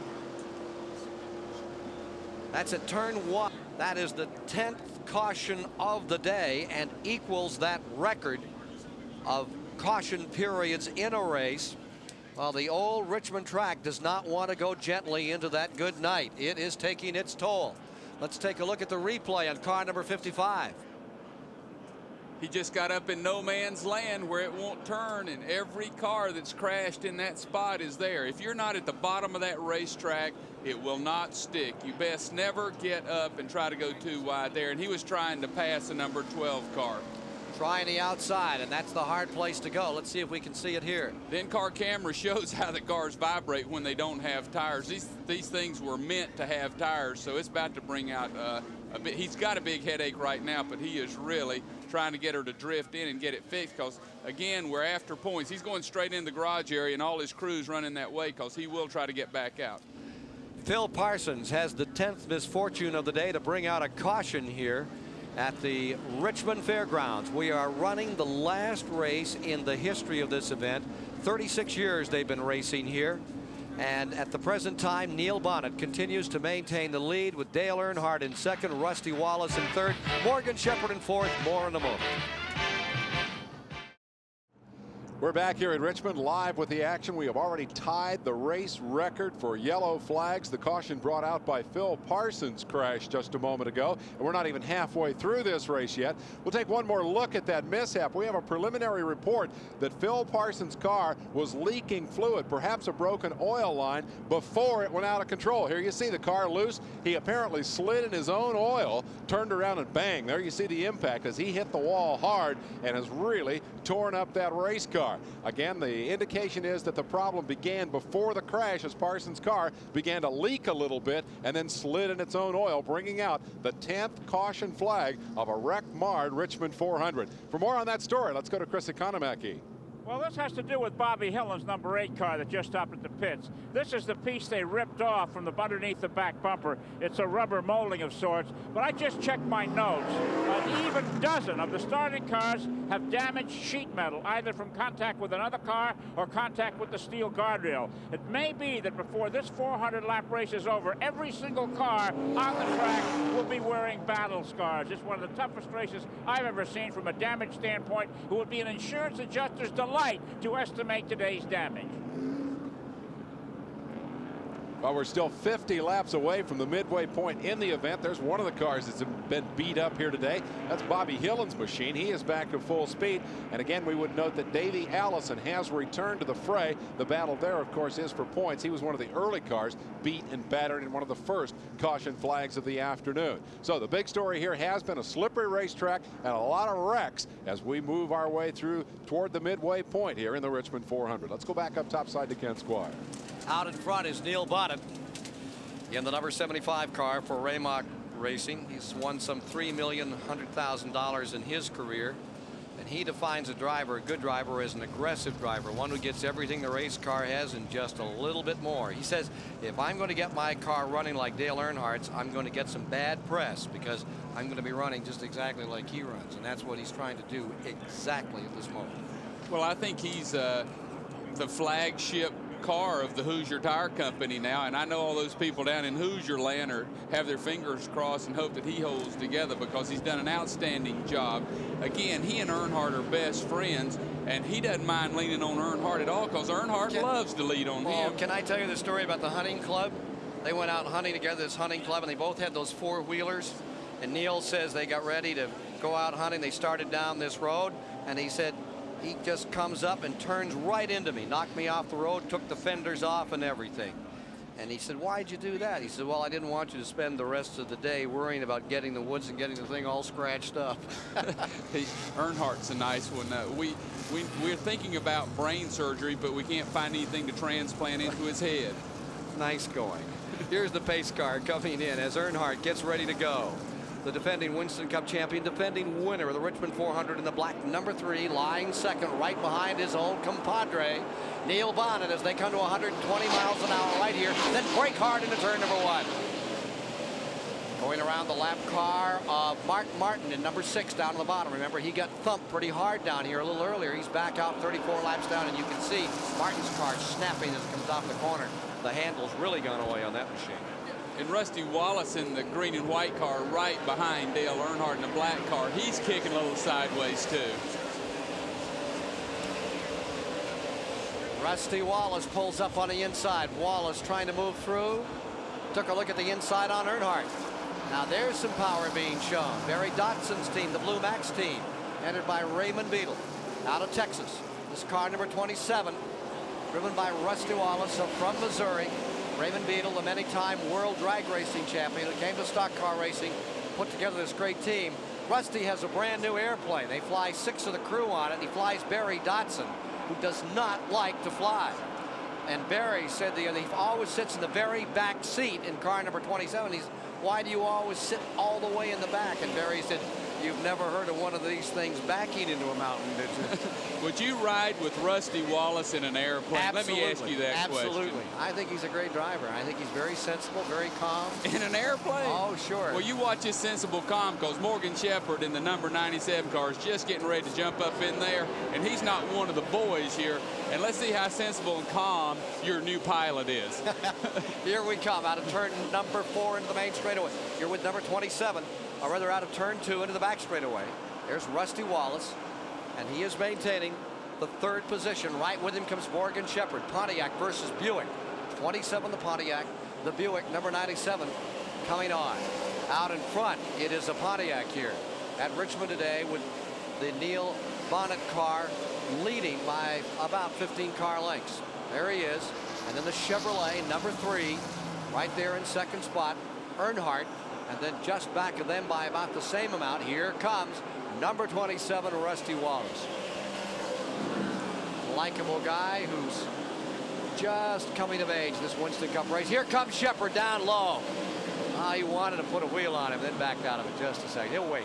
We need to check down. We need to check down in the pits with the guys that are having to repair all this junk so these crazy people can run in circles. Let's see if Mark Allen has anything. Robert Yates is the team manager and crew chief for Davey Allison's car. Give us a shopping list of the things you had to fix or replace on his machine. Well, we had to put a complete rear end housing under it. We had that all ready before we came here. We had to put all the right side suspension under it. And some of the mounting brackets and the sway bar brackets are bent, so we don't have the car back 100%. We're trying to make laps. It's good for a team to know how to work in these situations. How long did it take you to make the repairs? Well, we spent 30, 40 minutes, but it's still good for a team to go ahead and make these changes, and maybe somebody fall out, we'll gain a position. Davey Allison out there running for points and experience. Main straightaway. We've got a spinner. That's Kyle Petty in trouble. No caution as yet. No caution. He's getting down to the inside, and he's dead stopped.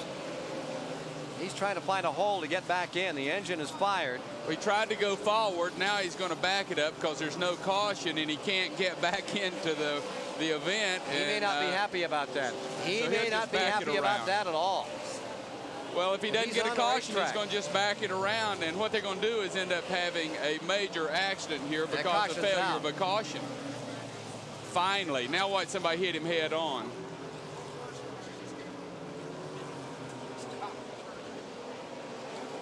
And he stopped out there. He's trying to find a hole. He was trying to find some way to get back in it.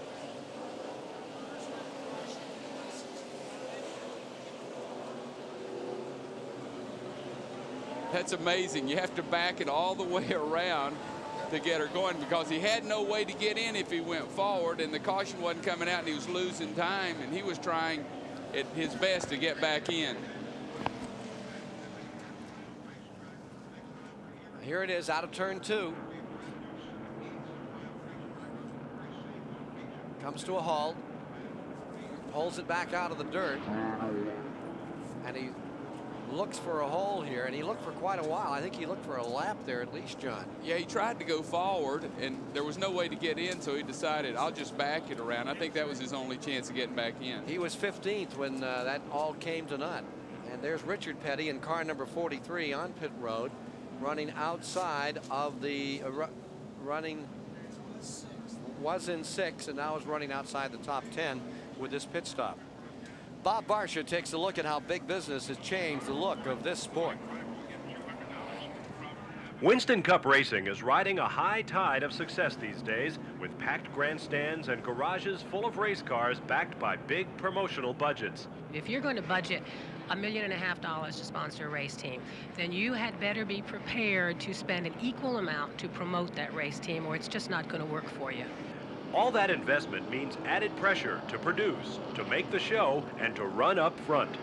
It means a lot because a lot of good sponsors are really putting a lot of money in this sport. And if you don't make a race, you know, it's a deal where a lot of guys really haven't been faced with that before. But, you know, all the guys are really going to try to run as hard as they can, especially us, to make the race. But, you know, it might be a deal where they can take you back to the drawing board and say, you know, we need to talk about this a little bit. The race starts. If you started 8th and you ran up on the pole sitter, whoever that may be, and you were outrunning him a half a second a lap, he realized this, and he said, hey, go ahead, because you've got a chance to go to the front. That doesn't happen anymore. The victims of all of this big business are the independents, a dying breed of owner-drivers like Buddy Arrington. You ain't got about 5 of us left right now, 5 what you call independent racers, and this year will wipe them all out. I don't think you'll see any independents next year at all. It's going to be, before the season ends, it's going to be some of us ain't going to be here at the end of the season. It's weeding out a lot of people that were making a living and doing pretty good and really enjoy doing it. And it's got totally professional now with all these sponsors and stuff coming in. So, you know, you can't run a small business in racing now. Now you got to have a big business. Lots of Richard Petty as we're just back under green with 167 laps complete. Hard time for those independent teams like J.D. McDuffie, who was treated with a skin graft this week, still in the hospital down there in Daytona. J.D., if you're watching, we all hope you're feeling much better. I wish you the very best of luck with Mr. Rumpel. Get yourself a car again. And our best wishes to Bobby Wowack, who is out of the hospital and back. He broke 2 vertebrae in his back. And to Billy Engel, who broke a leg down in Daytona. It was kind of tough on some of those folks. And J.D., of course, had that very dramatic crash when the car burned to the top of turn 2 at 190 miles an hour and literally melted the steering wheel while he was in there. As we watch him come back to green here with Bonnet leading, Earnhardt and Rusty Wallace battling over second. A couple of footnotes to that Bob Barsha report on sponsorship. Number 1, Rick Wilson, one of the guys we heard from, classic example in this race. He did not make the field for this event. His Kodak sponsored car wasn't fast enough to qualify. But guys like Buddy Arrington, the independents may have found a new source of income here because, as you noted on the screen, for this race only, he becomes the car owner of record for the guy who sat on the pole for the Daytona 500. 500, Kenny Schrader. Schrader did not make the race and had to buy a ride in Buddy Arrington's car. Last week it was $50 grand that Mike Waltrip paid to drive Jim Sauter's machine. This week Buddy Arrington gets the check for putting a frontline driver in his car, and we're going to see a lot more of that this season, particularly here on the short tracks, where only 32 cars make the field. More than 40 cars tried to qualify for this race. 41 entries for this race, David. 41. I think they had actually 39 on the grounds, and that means that some big teams went home, like Rick Wilson with the Folgers car. Here's Jeff Bodine pulling on pit road for an unscheduled stop. And then, of course, the Kodak car did not make this field. And they're all down there finding ways to take some of those independent rides. It worked out pretty well for Jim Sauter's team last week. And they made a few dollars, and it worked out well for Mike Waltrip and company. But it's going to be tough, and you don't have any place to pit more than 30 cars at a place like Richmond. That's the issue. Those pits are packed with 30. There isn't room for any more. And then you have 32 with the 2 alternates, the provisional starters. Right now, we're watching this battle between Hoosier and Goodyear up in front. There you see a Hoosier shod car. Number 75 is leading this race. And you go way back in the record book to Cale Yarborough driving for Firestone the last time we had a victor other than a Goodyear winner in this form of racing. And right in second spot is the Goodyear car of Dale Earnhardt. November 3, 68, Jefferson, Georgia. That was it. The old last win by other than Goodyear. Now look at this scramble. Car number 11, that's the Junior Johnson colors. Looking a little stouter right now, pulling up on Morgan Shepherd. The sun is out, temperature is in the mid-30s. It's cold here in Richmond. The tires are not getting a bite, and at midway, we're at 176 laps, 200 the halfway distance. We have a new record for number of cautions in the race, 11, breaking the old mark of 10. You notice the handle's going away on Morgan Shepherd's car a little bit. He's kicking dirt up, and the other group of cars right behind him are having trouble getting around. Morgan Shepherd in the 97, he's tried to work low in the dirt. It kicked him up, then he went high. Let's go to Mark Allen. Phil Parsons' Oldsmobile is a mess in 3 of the 4 corners, particularly in the rear, where the oil reservoir has just been removed after being ruptured. Phil, you're giving Superstation viewers quite a ride out there today. What happened? Well, I guess I got my right rear tire 2 inches out of the groove and got in the slick stuff as typical old Richmond, and nothing you could do then. Phil Parsons, they're trying to put this car back together to go back out and run, but given what's happening, you have to wonder why. Indeed. The points, that's the why. Yeah, Phil Parsons closed that out with a high mom, so I don't make sure that she heard that. Now look at that scramble for second. There's Earnhardt in the number 3 in the second spot, and right behind him comes Rusty Wallace, and he looks like he's got the horses to play with Earnhardt here. Earnhardt doesn't have this field covered. Well, Rusty loves to mess with Earnhardt. Every time they go out to practice and Rusty gets a new car, Earnhardt will walk up and put a big tire mark on the side of it in practice, so you'll get used to know. I think Rusty would love to put a big tire mark on number 3 right now. Here they are in the back straightaway. Rusty Wallace to the inside. The Missouri driver against the North Carolinian. Earnhardt just a little wide here. Legendary family of American stock car racing, the Earnhardts. And here's Dale trying to persevere in second spot while his old hunting buddy and fishing. You know what's great? To fish for a bigger lead. What's great, we've completed 181 laps, and we're about to write Earnhardt off. He doesn't have this thing covered. He's dropped all the way back to second by 3 car lengths. Maybe he has a tire a little bit off or something, but I'd like to be someday on a car that people stood on national TV and said, yes, he certainly don't have them covered. He dropped all the way back to second. Second place, right. And watch this number 27 pulling up. Meanwhile, Darrell Waltrip further back in the field in car number 17 in the 10th position. There he is trying to close back up on Bodine. Now, Bodine may have gone down a lap after that pit stop. The average speed, hey, how about this? It's 58 miles an hour, John. You know, the record when they opened this thing was almost 58. What was it? It was 60 miles an hour in 1960. Cotton Owens did that. And when Lee Petty won here, he won it at 48 miles an hour. Boy, we had a lot of caution. This track just does not want to die.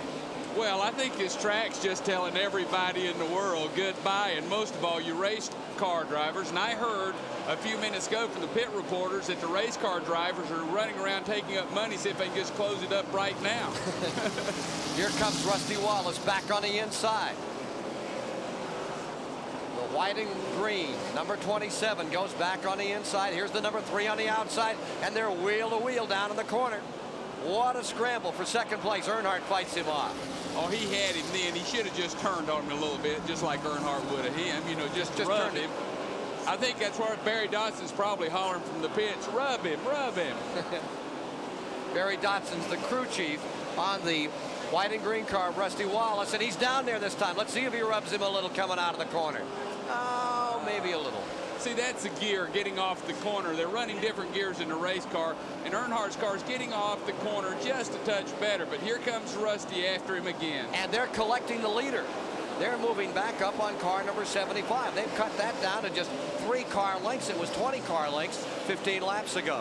What Earnhardt was doing, he was just visiting with Rusty, and then Rusty tried to get around him. He started driving hard again because he can't stand anybody to pass him, most of all Rusty Wallace. You talk to second place about what a great job he did, and he'll just say, if you're second, you're a loser. 188 laps are complete as we have a 3-car battle developing here at the Richmond Fairgrounds. Johnny Hayes alongside. I'm Ken Squire, covering the action. Mark Allen in the pits today with the Dean of American Racecasters, Chris Economaki, and Dave Despain is at the STP Pit Center. We'll have a mid-race Goodyear report upcoming. Bob Barsha standing by. Car number 97, Morgan Shepherd, backpedaling a little. He's dropped to 6th from 4th at this point. There he is in that Buick with the Fisher engine. You know, the Fishers have built those great V6s, but this is one of the few stabs they make at V8 with those engines from out in Simi Valley, California. Car number 97, that Buick. Well, Dennis Fisher created the motor for it. We called it earlier. His car quit working. I don't know what happened to it, but once he gets to make a pit stop, he'll get it dialed in again. Meanwhile, up in front, car number 75 is the lead machine, but not by much. And here comes Rusty Wallace down to the inside. Look at Wallace closing on both leaders. Rusty Wallace. Rusty goes a little sideways. He's driving it as hard as it will go because it went sideways on him. But he had Earnhardt to bank off of if it went sideways far enough. Something's going to give here. 3 cars battling for the lead at the midway point. 191 laps are complete. 191 halfway coming up in 9. Back to the main straightaway. Leaders. And 3 of them grouped together. Here comes Earnhardt to the inside on his old buddy, and he'll lean on him a little here. You see the difference? He did touch. See, he touched and leaned and let you feel it. Then he let off to let him go, but he just wanted to let Neil say, hey, I'm here, and here comes Rusty. Now he's under him. He's got position. You watch. Earnhardt will get by. You watch him go by. Now that's he that will intimidation. Lean up, let him drift. Watch him let it drift high. Touch him, go by. That's why Earnhardt beats you on short track. Ooh, and look at him fight that thing. He had it all the way loose. He made 2 corrections there to get it straightened up again. And I'm sure Neil Bond didn't say it. You're not my buddy anymore, so I hope we get to lean on you until after this race. But that's why Earnhardt beats you. He will let it drift up. Rusty had Earnhardt the same way, did not let him rub him. You got to rub these guys because this is tackle football. Down the back straightaway. Earnhardt trying to pull away again. Let's see if Wallace will stick it in there. There's the Buddy Arrington car being driven by Ken Schrader. They bought that ride for him after he failed to qualify. The man who was on the pole at Daytona failed to qualify for this race. Provisional starters. Here's Dave Despain. Leo Mail has joined me here in the STP Pit Communication Center. Leo's tickled to death to see that Goodyear-clad car get around the Hoosier-clad car there. As head of the racing department for Goodyear, you guys have had it all your way since KO won on some other kind of tire years and years and years ago. Now you've got some competition. How do you respond to the Hoosier threat? Well, we think it's great to have somebody to compete against. We've been really cooperating with NASCAR for 15 years, and we really haven't tried to make the tires go faster, because really the problem is the cars have been going too fast without a tire war to speed things up. So this gives us a good reason to do that. We think it's great. Now that we have a tire war, will you turn the R&D people loose and say, okay, now the trick is to beat beat Hoosier week in, week out? Will you be developing new tires? We will probably be changing tires from one race to the next. Each track requires a different tire, so you can't run the same tire next week that you ran this week. But I'm sure that by the time we get back to Richmond, well, we won't come back here. By the time we get to the second track of each, second race of each, at each track, we'll have a different tire. They say competition improves the breed. We've got a battle of the brands on the racetrack, and now it includes a battle of the tires. Thank you, Leo. Well, I certainly understand Mr. Mel why he's excited, because every time I picked up the paper, I've read Goodyear, Goodyear, Goodyear, Hoosier, Goodyear. That's the story in racing right now, and these companies like to see their names in the paper. Halfway in the race, and it's dead even for second place. Wallace is going to take the spot.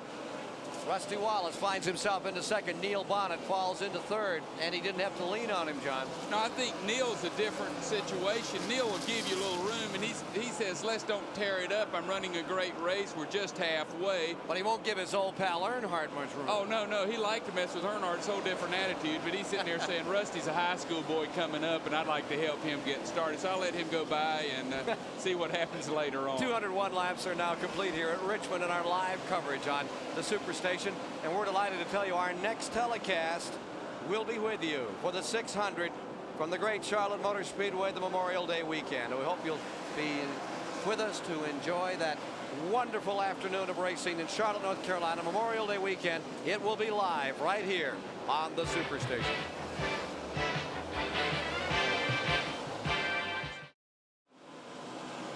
Before a sellout Capacity House at Richmond Fairgrounds, Dale Earnhardt's black number 3.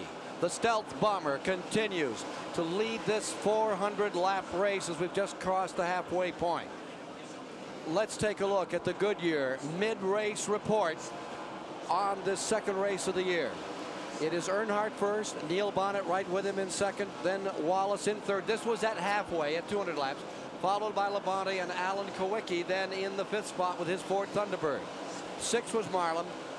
Darrell Waltrip back up to 7th. Lake Speed hanging on in the 8th spot. Morgan Shepherd and Bill Elliott in his Ford Thunderbird back in 10th spot. Looking further back in the field, Richard Petty is maintaining 11th and staying in the lead lap. Ricky Rudd is in 12th. Dave Marcus in 13th, and Buddy Baker and Bobby Allison, the winner of the Daytona 500, is in the 15th position. Further back on the field, Dale Jarrett in the Cale Yarborough car is 16th, followed by Benny Parsons, Harry Gant, Hillen, and Brad Teague.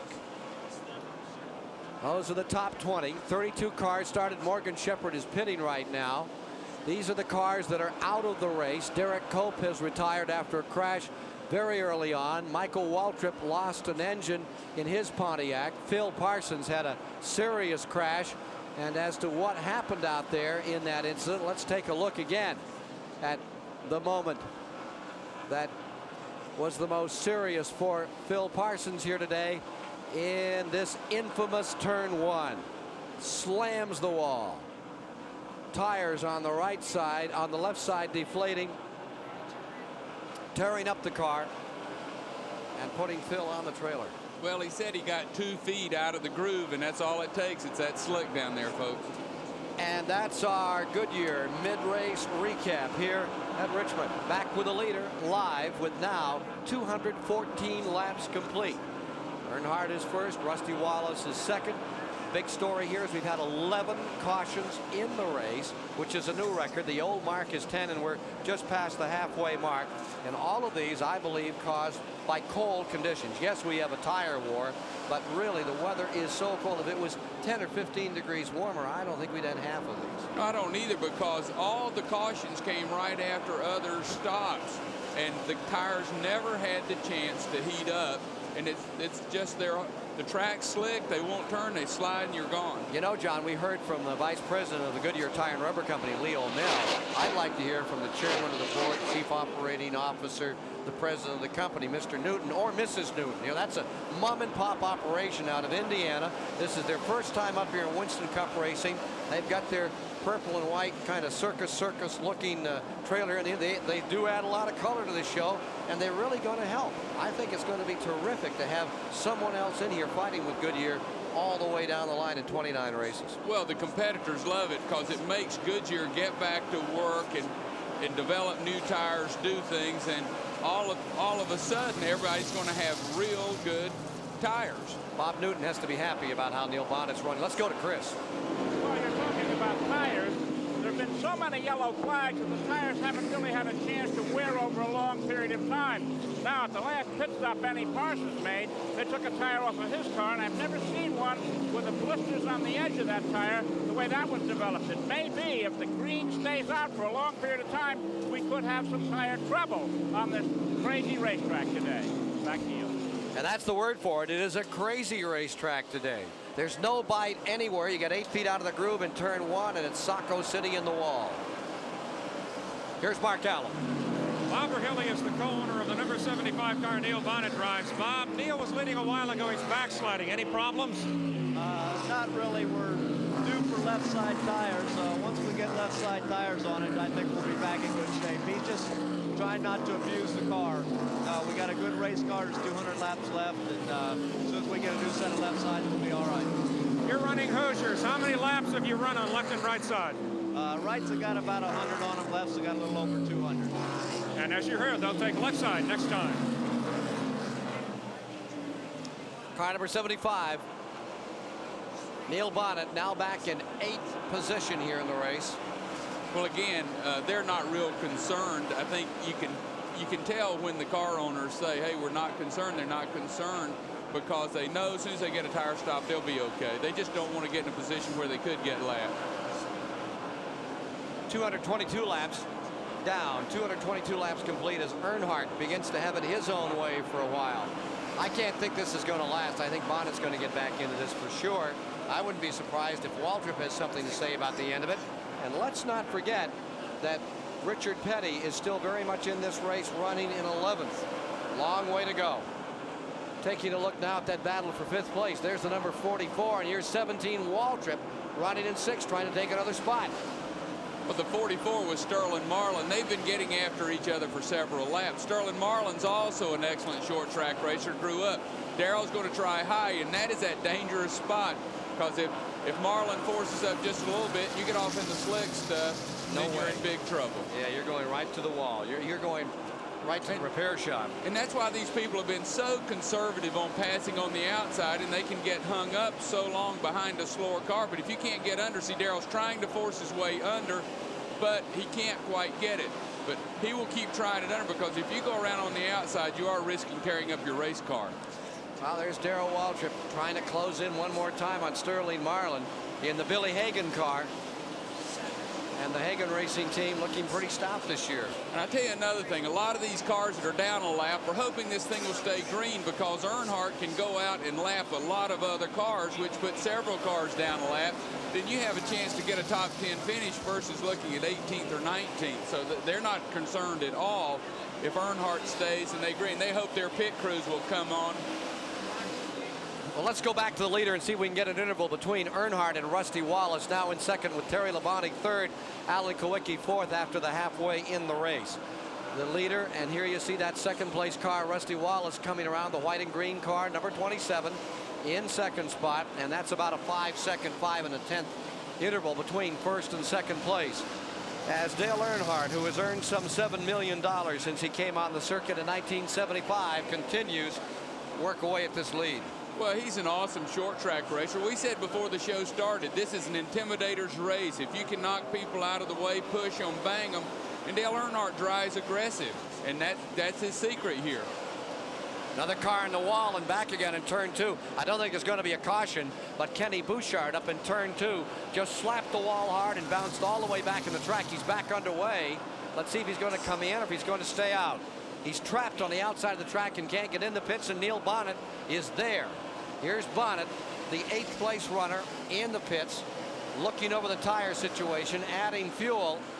He's in 9, he's in 10, taking some time here, working on the left side rubber. Down he comes, 16.4. He's back out, and he's going a lap down, going 2 laps down.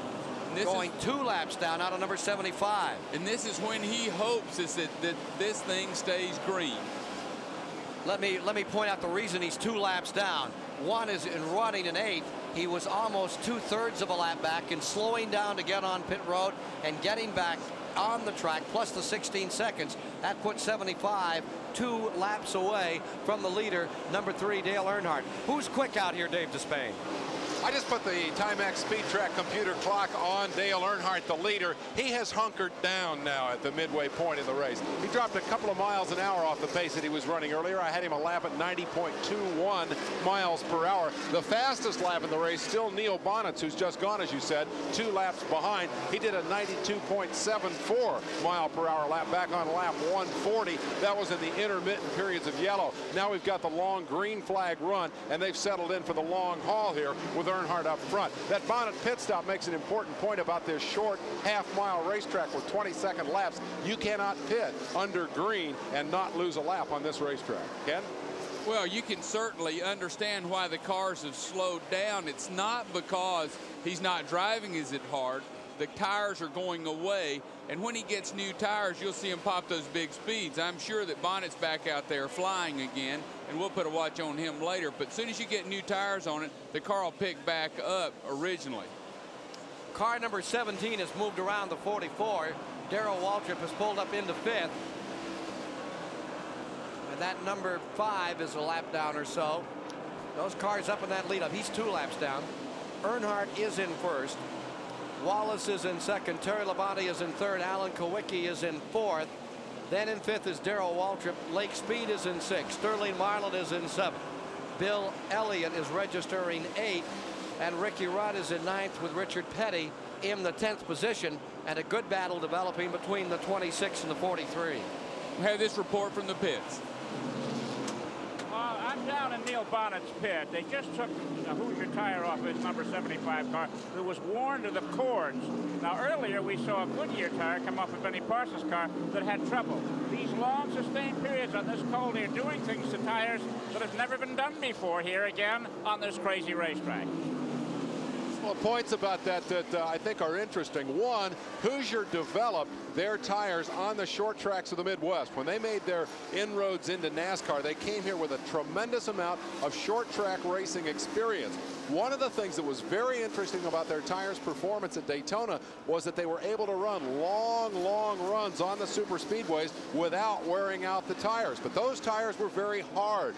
Here, their tires are of a softer rubber compound, and it's obvious that they're wearing a little more quickly here this afternoon. While David Carr, number 17, has just moved around number 7. Waltrip is flying now, and he's up to 4th position. Waltrip is as quick as anything on the racetrack. There he is, and he's trying to put another lap on Bobby Hillin. And meanwhile, a tremendous battle is developing between the 9 of Bill Elliott, the 26 of Ricky Rudd. Here he is on the inside, and the 43 of Richard Petty. Now these cars are 8th, 9th, and the 10th spot. There's Bill Elliott running in 8th, then Ricky Rudd in 9th, and Richard Petty in the 10th position. That is a good struggle, and directly behind them is the number 3 trying to put a lap on him. Earnhardt is trying to put these 3 1 lap down. I think they'll go down hard. And you'll also notice 75 car Neil Bonnet trying to get by Earnhardt to get one of his laps back. And that's critical at this point because he'll only be 1 lap down, and when Earnhardt pits, he'll get back in the lead lap. Well, he's made it. He's on the inside, and the new tires hold him right at the bottom. That extra 8 feet, that's all the difference that it makes. And he's going to pull up right now in front of Earnhardt if he can, but Earnhardt keeps him down because Richard Petty's there, so he wants to go on by. But there's 3 real good cars almost to get lapped. Earnhardt's trapped in the box. With Bonnet on the inside, Petty in front, there's no place for him to run unless he really uses some muscle, and I don't think he wants to use up the snout on that race car.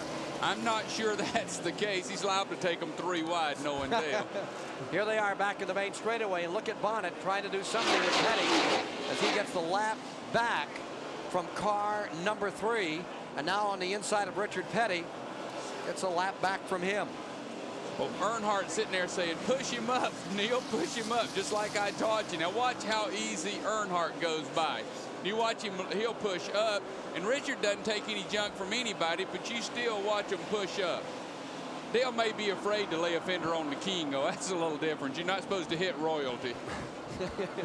Look at this fight between Ricky Rudd in the 26 and the 9 car, Bill Elliott. Just again, here's Earnhardt still trying to get out of the box. Directly up in front of him, there it is. There's the 9 car, Elliott.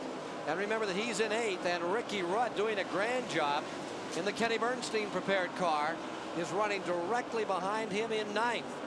And meanwhile, the story of the race continues to be Bonnet making up a lap and getting loose for a moment and falling back in line. Well, Bonnet's certainly trying hard to get it. And here comes his friend Dale. Let's see if he makes contact with the King. No, gave him plenty of room. Richard comes off the corner, gets back. Looks like Earnhardt may be out of rubber here a little. No, I think he's respecting royalty. He's never let running out of rubber affect his driving style before. I think he knows that that's Richard Petty, and I don't want to lean on him too hard. I think you're pulling our leg. We're going to be back with more live from Richmond and the coverage of the final Richmond 400 on this half-mile track in a moment. Dale Earnhardt, leader, is on pit road. Here's Chris Economaki. Well, there was a left side tire change and fuel. Obviously, Pontiac is spinning the wheels madly as he goes back out. It was not the best of pit stops. It did take a while. Back to you, Ken. And directly behind him, Rusty Wallace makes his pit stop. Wallace, the second place car, has pitted, and they have rubber to go the distance now. And fuel. Well, you're looking at 2 of the best pit crews in racing. Rusty's one of the best and Dale's one of the best. And these pit stops here are critical. Everybody wonders, why are they racing so hard now? Because if a caution comes out, you're lapped. Here comes a number 11 car running 3rd on pit road. And Sterling Marlin, the 7th place car, is on pit road. And the big news, Neil Bonnet has made that lap up. He's back in the lead lap with that pit stop by those leaders. And now he's on pit road, though, so he's going to go down again. The number 9 car, Bill Elliott's also in. Number 9 and number 11 are in. There's 11 coming back out again. And the 75 car is hanging in there. Here's the 9 car, Bill Elliott on pit road. Looks like they had a good stop. Bill Elliott, who's not supposed to be that good on short tracks, has done an excellent job today. He's kept that car up there all day. For my money, that was the best race of the year last week in Daytona for Bill Elliott. Okay, so he didn't finish up in the top 5. What was he, 9th or whatever it was? But I thought that what Ernie Elliott and what Bill Elliott had said all week, they weren't sandbagging, they weren't kidding, they were underpowered even compared to Davey Allison. And for him to stay in that draft and finish up in that lead lap was as good as you can do. You know, there's some days when you don't win, you still have a great race. That was the case on Bill Elliott last week. He certainly stayed in there with him. There's the new leader. That's Darrell Waltrip back in front. I wonder when he's going to elect to come in as we sort this race out. We're now down 259 laps. Getting into the shadows of this one. It has been a barn burner from the moment that they let the horse out this afternoon. Well, you know, Darrell's been a little out of kilter on pit stops with everybody, so I think he'll stay out for a while. And this is the danger of a lot of the cars getting lapped, because someone like Darrell, who has stayed out longer, who has gas in the tires because of the way he's been running. And another thing I'd like to say about Darrell Waltrip, he's always been historically one of the best short track drivers around, but he also knows how to set up the car. And he and Jeff Hammond work well together, and that has made this team run well. And I think they'll run well all year. Well, here's Darrell leading, and range becomes an issue now. Do you want to bring it in? Do you want to come in right now, take that gamble, or do you want to stay out there and run that tank a little leaner? Well, I think the real story right now is there's the number 5 car of Jeff Bodine and the number 11 car. Terry Labonte is down 1 lap in the number 11 car to the number 17 car of Darrell Waltrip. Number 11 car, number 5 car want to get around that 17 car because they're down lap 2, just in case a caution comes out. You see the 97 car right in front, Morgan Shepherd did get around to get back in the lap. And there's the 5, Bodine, 86 Daytona 500 winner down to the inside, but Earnhardt holds him off again. We're looking at really good class short track racers in a wad there. Every one of these people are good short track racers, so this is unreal. And Harry Gant stuck right in there behind them trying to get a lap back also, so this is a good group of cars. Bobby Allison has just pitted number 12 and come back in, and I think we ought to tell folks what we think a good short track racer is. Well, I think a good short track racer is someone who knows how to do the things we've talked about. You've got to be aggressive. You've got to know how to use the racetrack. Junior Johnson told me there's very few people that can drive it in deep enough, hit those brakes, tap that gas and turn a pushing car into a loose race car to make it make a turn. He told me that Earnhardt's the best he's ever seen it do that. What we're watching here is the kickoff of a season-long battle for a $500,000 pot of gold at the end of the line. Here are the upcoming Winston Cup events. We'll be moving on to Rockingham from here, then to Atlanta. That, of course, is home track for old Bill Elliott. Then it's off to Darlington. Bill, what do you think, buddy? Bill Elliott, two-time winner of the Great American Race. NASCAR racing is the most exciting racing in the world. Maybe you couldn't make it to today's race, but you can still share in the excitement of NASCAR racing, because chances are there's a weekly racing series track near you.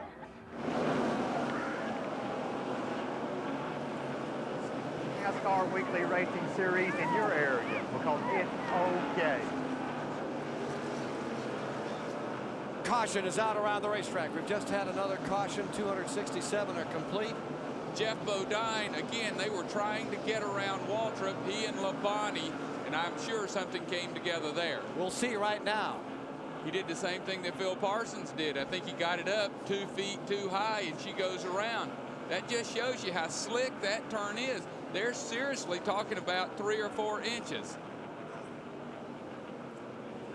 Let's go to the Darrell Waltrip pits. Number 17, Waltrip, who has been leading, is on pit road. Directly in front of him is Richard Petty. Alan Kowicki is in. Let's go to Mark Allen. This is a 4-tire stop in the Darrell Waltrip machine. He's down and away in 16.5 seconds. A good stop for the leader. Caution came out at lap 267 for car number 5, Bodine. And here you're watching live Darrell Waltrip back underway. Car number 5 not looking too bad for the wear it took. And that's really the story. It's 4 to 6 inches that makes the difference between getting into turn number 1 and getting through it, or getting thrown for a big loss here this afternoon. I think the fans would see the cars go by the pace car. What the pace car is on the racetrack looking to try to pick up the leader.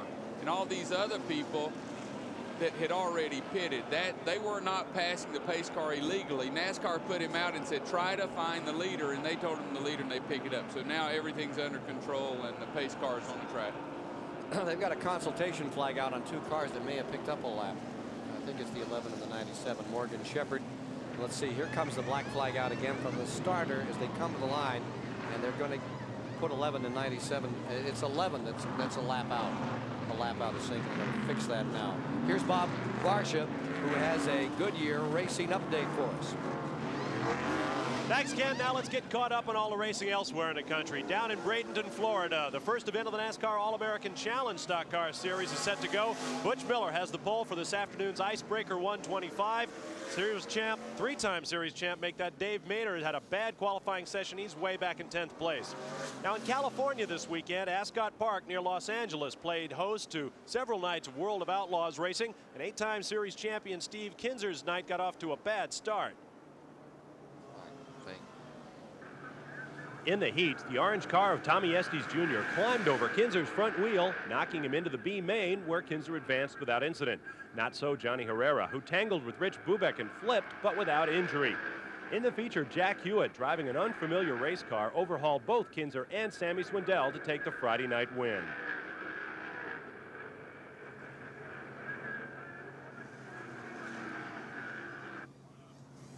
Now Mark Kinser, who finished 4th Friday night, came back last night to win with cousin Steve Kinser behind him. Jack Hewitt, Sammy Swindell, and Doug Wolfgang filling out the top 5 there.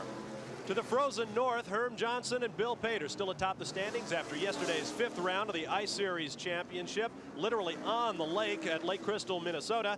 And Bobby Donahue of Wisconsin Rapids, Wisconsin, is about to grab that Formula One Snowmobile World Championship. They're running the 10th of 11 races in that series this afternoon up in Sudbury, Ontario. That's it for now from the Goodyear Motor Week Racing Update Center. Let's get back to the racetrack and Ken Squire. Well, we could be running the Snowmobile Championship right here. The temperature's sure right. It's a beautiful day in Richmond. The wind's a little frisky and it's a little chilly as we get ready for a go. And look at poor number 15, poor Brett Bodine. Stuck in the mud. And while he's getting unstuck, he needs a little of his sponsor's product right there to slip out of that situation. We'll pause for this message.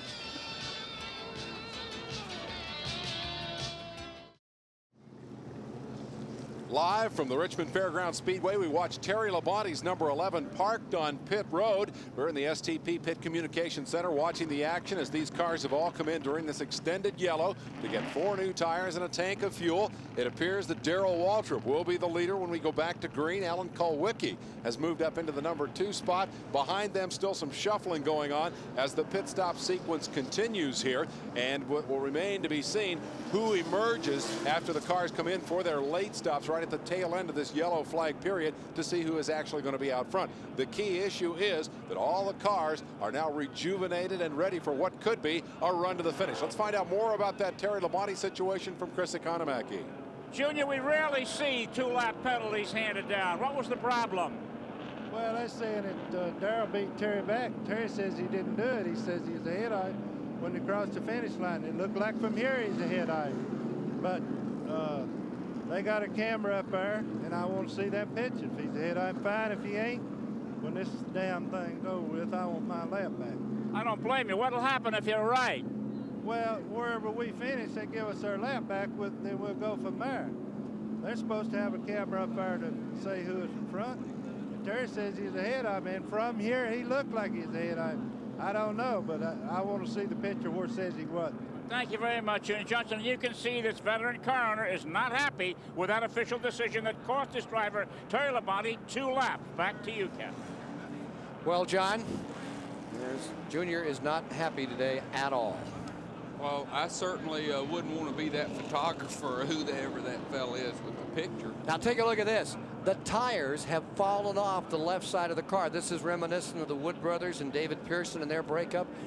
Apparently they were missing some lug nuts. They started out and bingo, no tires on the left side of the race car. Well, usually what happens in a situation like that, tire changers do know that they have to put the lugs back on. It's usually a situation where there's a miscommunication and the driver thought it was time to go, everything was done, but I feel certain that they didn't have time to get the lugs on and the driver had already left with the car and they just couldn't get him stopped and they rolled off. Reminiscent of 79 at Darlington. Here's Mark Allen. And Johnny Hayes, that's exactly what happened. We talked with Bud Moore. He's so mad he doesn't want to talk on camera, but they came in to do a 4-tire stop. They loosened all 4 lugs. They got the right sides on. They dropped the jack. Brett drove off. The tires fell off. A la David Pearson in the old days, right? Yeah, Bobby Allison had one of those too. Yeah. It's happened a few times. Well, I think you're under so much pressure. He's a young kid. He's wanting to get out there and do well. And I think he probably just overreacted or got a missed signal from somebody that it was time to go, or thought they were just going to change the right sides, but they were going to change forward. One change here. Yeah, it was what, Pocono 76 with Bobby Allison had that problem. Derek Cope is now in number 22, replacing Lenny Pond, the Virginian. Well, when we talk about crashes, and we've had our share here today. We've had 12 cautions thus far. Darrell Waltrip has won at Richmond 6 times in the 2 races they run each year, but this really tough half mile has bitten into Darrell too. The most memorable experience I had here was a couple of years ago when Earnhardt jackknifed me into the fence back there, but you know, I've had some good times and some bad times here, and some good memories and some bad memories, but I always look at these racetracks as a part of tradition, and I'd feel cheated had I not gotten to race here with the track the way it is and the conditions the way they are, and not having a chance to race here and having a chance to have won here. Darrell Waltrip carrying one of our onboard cameras today. Let's get a word from Chris Economaki. Well, we've seen a lot of strange things happen in this racetrack today, and I told you I saw a tire off of Benny Parsons' car that had funny-looking blisters on it that I'd never seen before.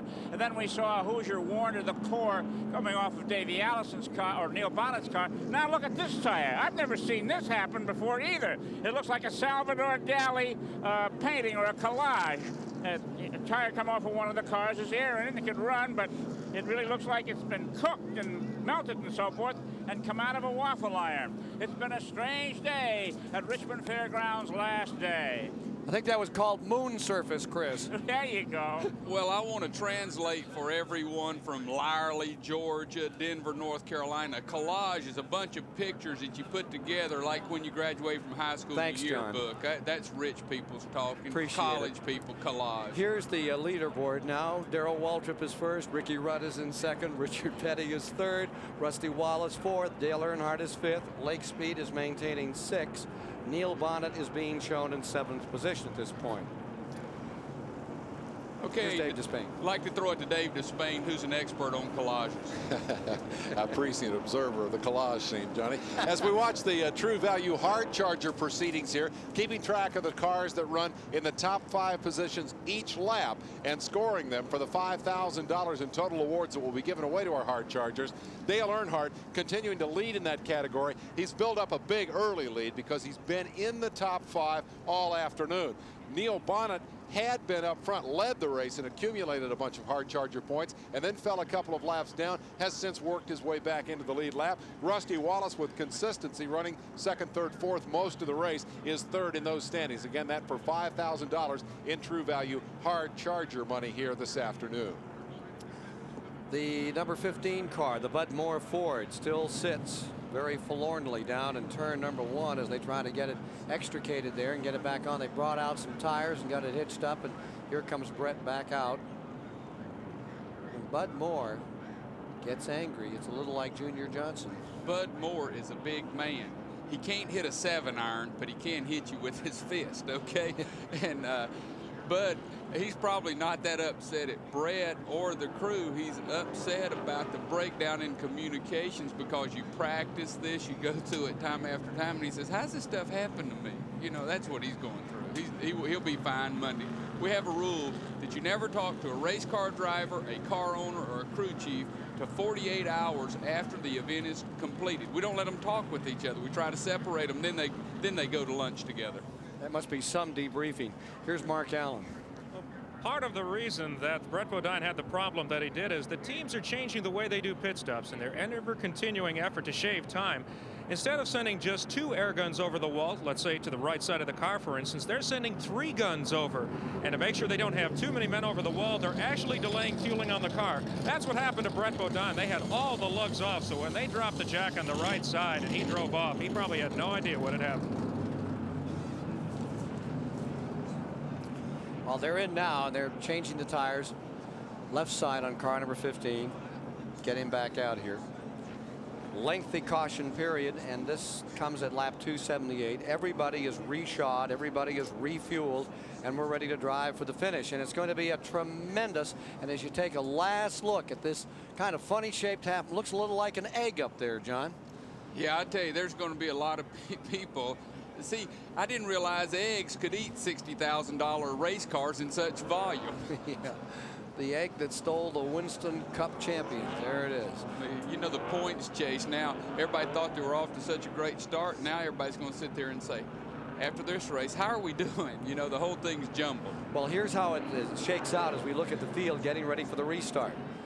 On the point is car number 17, and that may be incorrect. He may be on the bottom end of a lap as they get ready to go. We begin to see them sort them out here.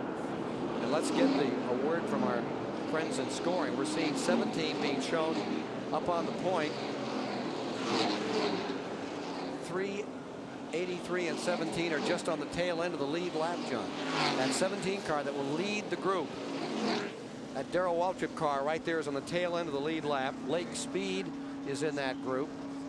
Well, you can see the and camera Earnhardt shot wants to make there, them 3 wide. We can get there, outside for a minute. You're going to see them 3 wide trying to get sorted. They may take another lap before they're ready to race. Yeah, because there's a fair amount of confusion here, and the confusion starts, Ken, in NASCAR scoring. They're having trouble sorting out what happened here, beginning way back with the start of this caution period when Darrell Waltrip's number 17 and Terry Labonte, who got penalized the 2 laps there, raced back to the yellow flag. It shuffled the deck. They're having trouble sorting out who's actually leading this race. Well, they're showing that 17 car is down on the tail end of the lead lap, and as they go, they say it's as follows. 3 is your leader, and we'll try to get this updated from NASCAR. 83 would be the leader. Dale Earnhardt with the 83 Lake Speed then in second, John. Well, I think he said that evidently the 17 car was in trouble also for racing back to the flag, so he may have had a 2-lap penalty anyway.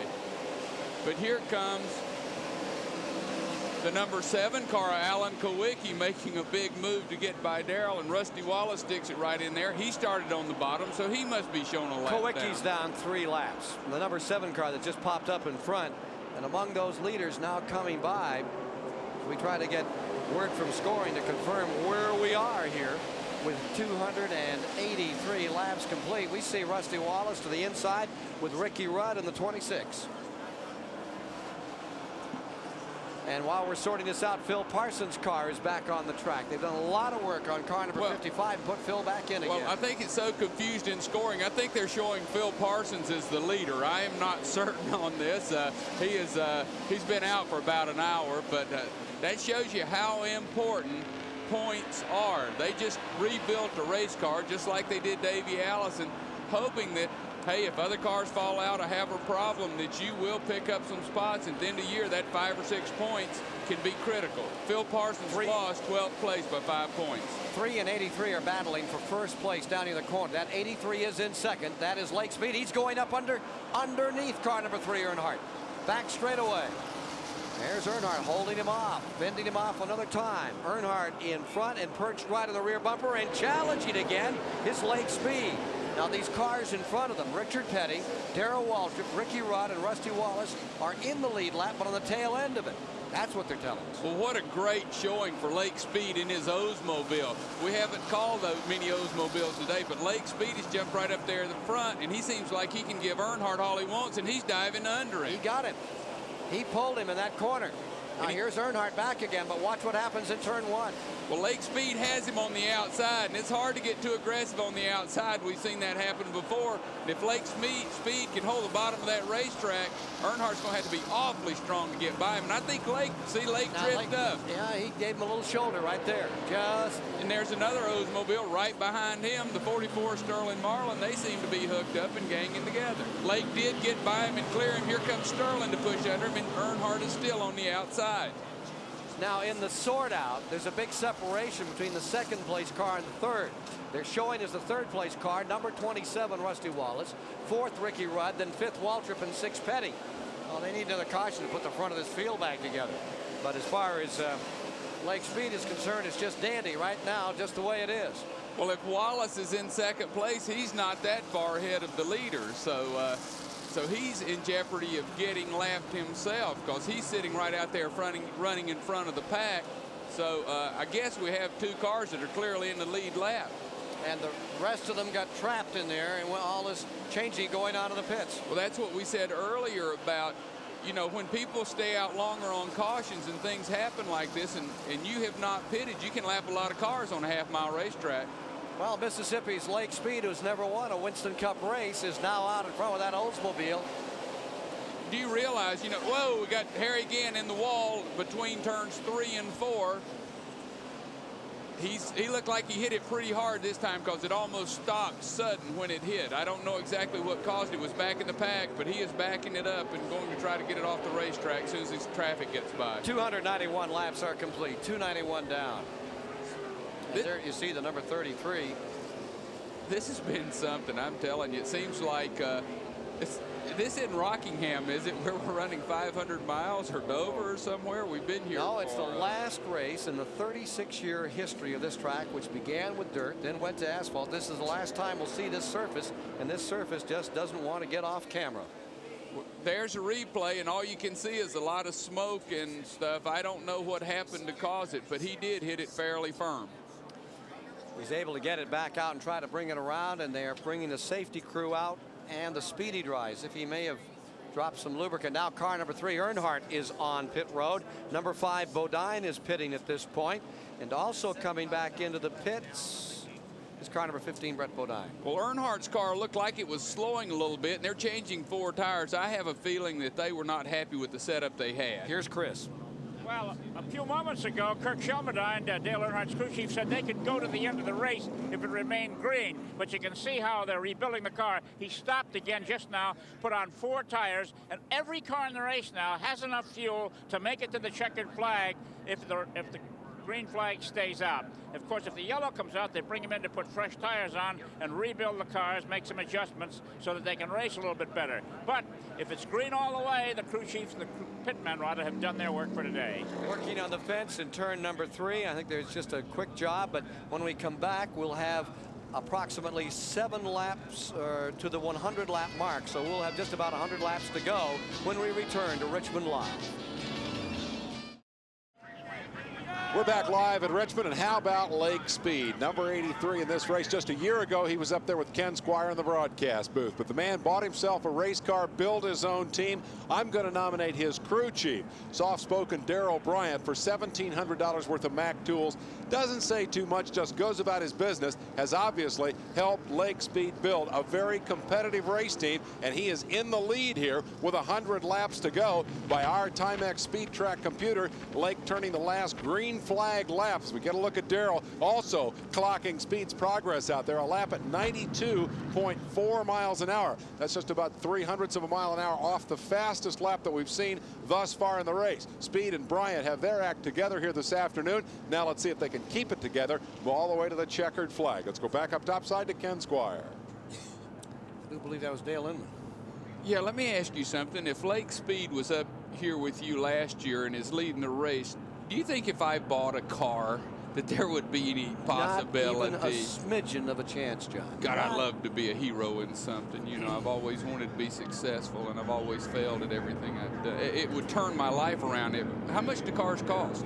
Well, I imagine you could pick up a second-hand car, $55,000, $60,000. Wrong. They're a little more than that. Now you know why I sold all of mine, right? I was going to make you a deal. I had something in mind. Lake Speed is out in front, and in the second spot was Rusty Wallace, and in third was Ricky Rudd on the latest rundown from NASCAR, and fourth Darrell Waltrip, with fifth Richard Petty, and sixth Dale Earnhardt, all in the same lap. That's the latest story from scoring, and we sit here with our paws in the air wondering what's going to come up next from that. Well, what a great day for Richard Petty, you know, from the adversity a week ago to be sitting here, and he's run wouldn't it be something if he won? Oh. What if he comes back and wins this thing like Ricky Rudd? Remember, they had to tape Ricky Rudd's eyes open because they were so badly swollen after that 15-time rollover, whatever it was he had there in the old Bud Moore car. He came back and won on this track the next week. Honestly believe if he won, there'd probably be 16 presidential candidates in Level Cross, North Carolina tomorrow trying to get the king to endorse him. Well, you know, they're going to have a big open house down there this summer for Richard Petty, and I wouldn't be surprised if a lot of candidates showed up. It's pretty hard to find anybody you want to be more aligned with than Richard Petty. They only draw about 40,000 people each year to that thing, so it's not a big, they buy the happening. band. They buy the band uniforms. They pay for the hot lunch program. That's it in Level Cross, North Carolina. When Richard Petty has open house, they take care of the local high school, and they don't have a United Fund. They just have the Petty Fund. Yeah, he's a hero. I'm telling you, he's a legend, and he's a legitimate hero. He's one of the most important people, if not the most important person that has come along in stock car racing. His family transcended the 1959 opening of the Daytona 500. And of course, that family has won there 9 times. And let's go to Mark Allen quickly. Paul Andrews is the crew chief on the Alan Kowicki car, and Paul, there seems to be a scoring dispute with NASCAR. Tell us about it. Well, we pitted on that green flag right before that caution came out, and we got down a lap then. Then when that caution came out, we made our lap back up the last time, and now NASCAR says that we're still one down, and we know that we're not. If they are indeed on the lead lap, their tires are 30 laps older than Dale Earnhardt's, for instance. That is a song that will be sung many times before this day is over. With as many cautions as we've had, it's amazing it hasn't come up before. I think every crew chief and owner's going to buy a telecast of this thing so they can see where their car is and what really happened. Everybody was fighting side by side to get position here, so they had to keep the caution out one more lap to get everyone lined up. And they're still fighting side by side. It's the last run on this half-mile track. It'll be a 3/4-mile track that we'll be speaking to you from in September. See Kowicki up there, he's got 3 wide. Waltrip, no one will lift because this is critical, and everybody's saying, no, you're not in the lead lap. Yes, I am. So this isn't going to end up in a black flag or a ragged restart. Chris?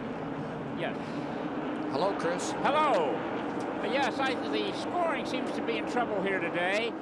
Junior Johnson has said that the scores penalized him incorrectly, and now Alan Kulwicki's people say the scoring is not right. I think with all the yellows, there's a problem. Back to you. Well, here we go after 13 cautions. We're back under green, and as they get ready to unlimber them, here's car number 44 trying to get a lap back, and with him comes car number 75 trying to get a lap back. Here comes Neil Bonnet, who they say is a lap down.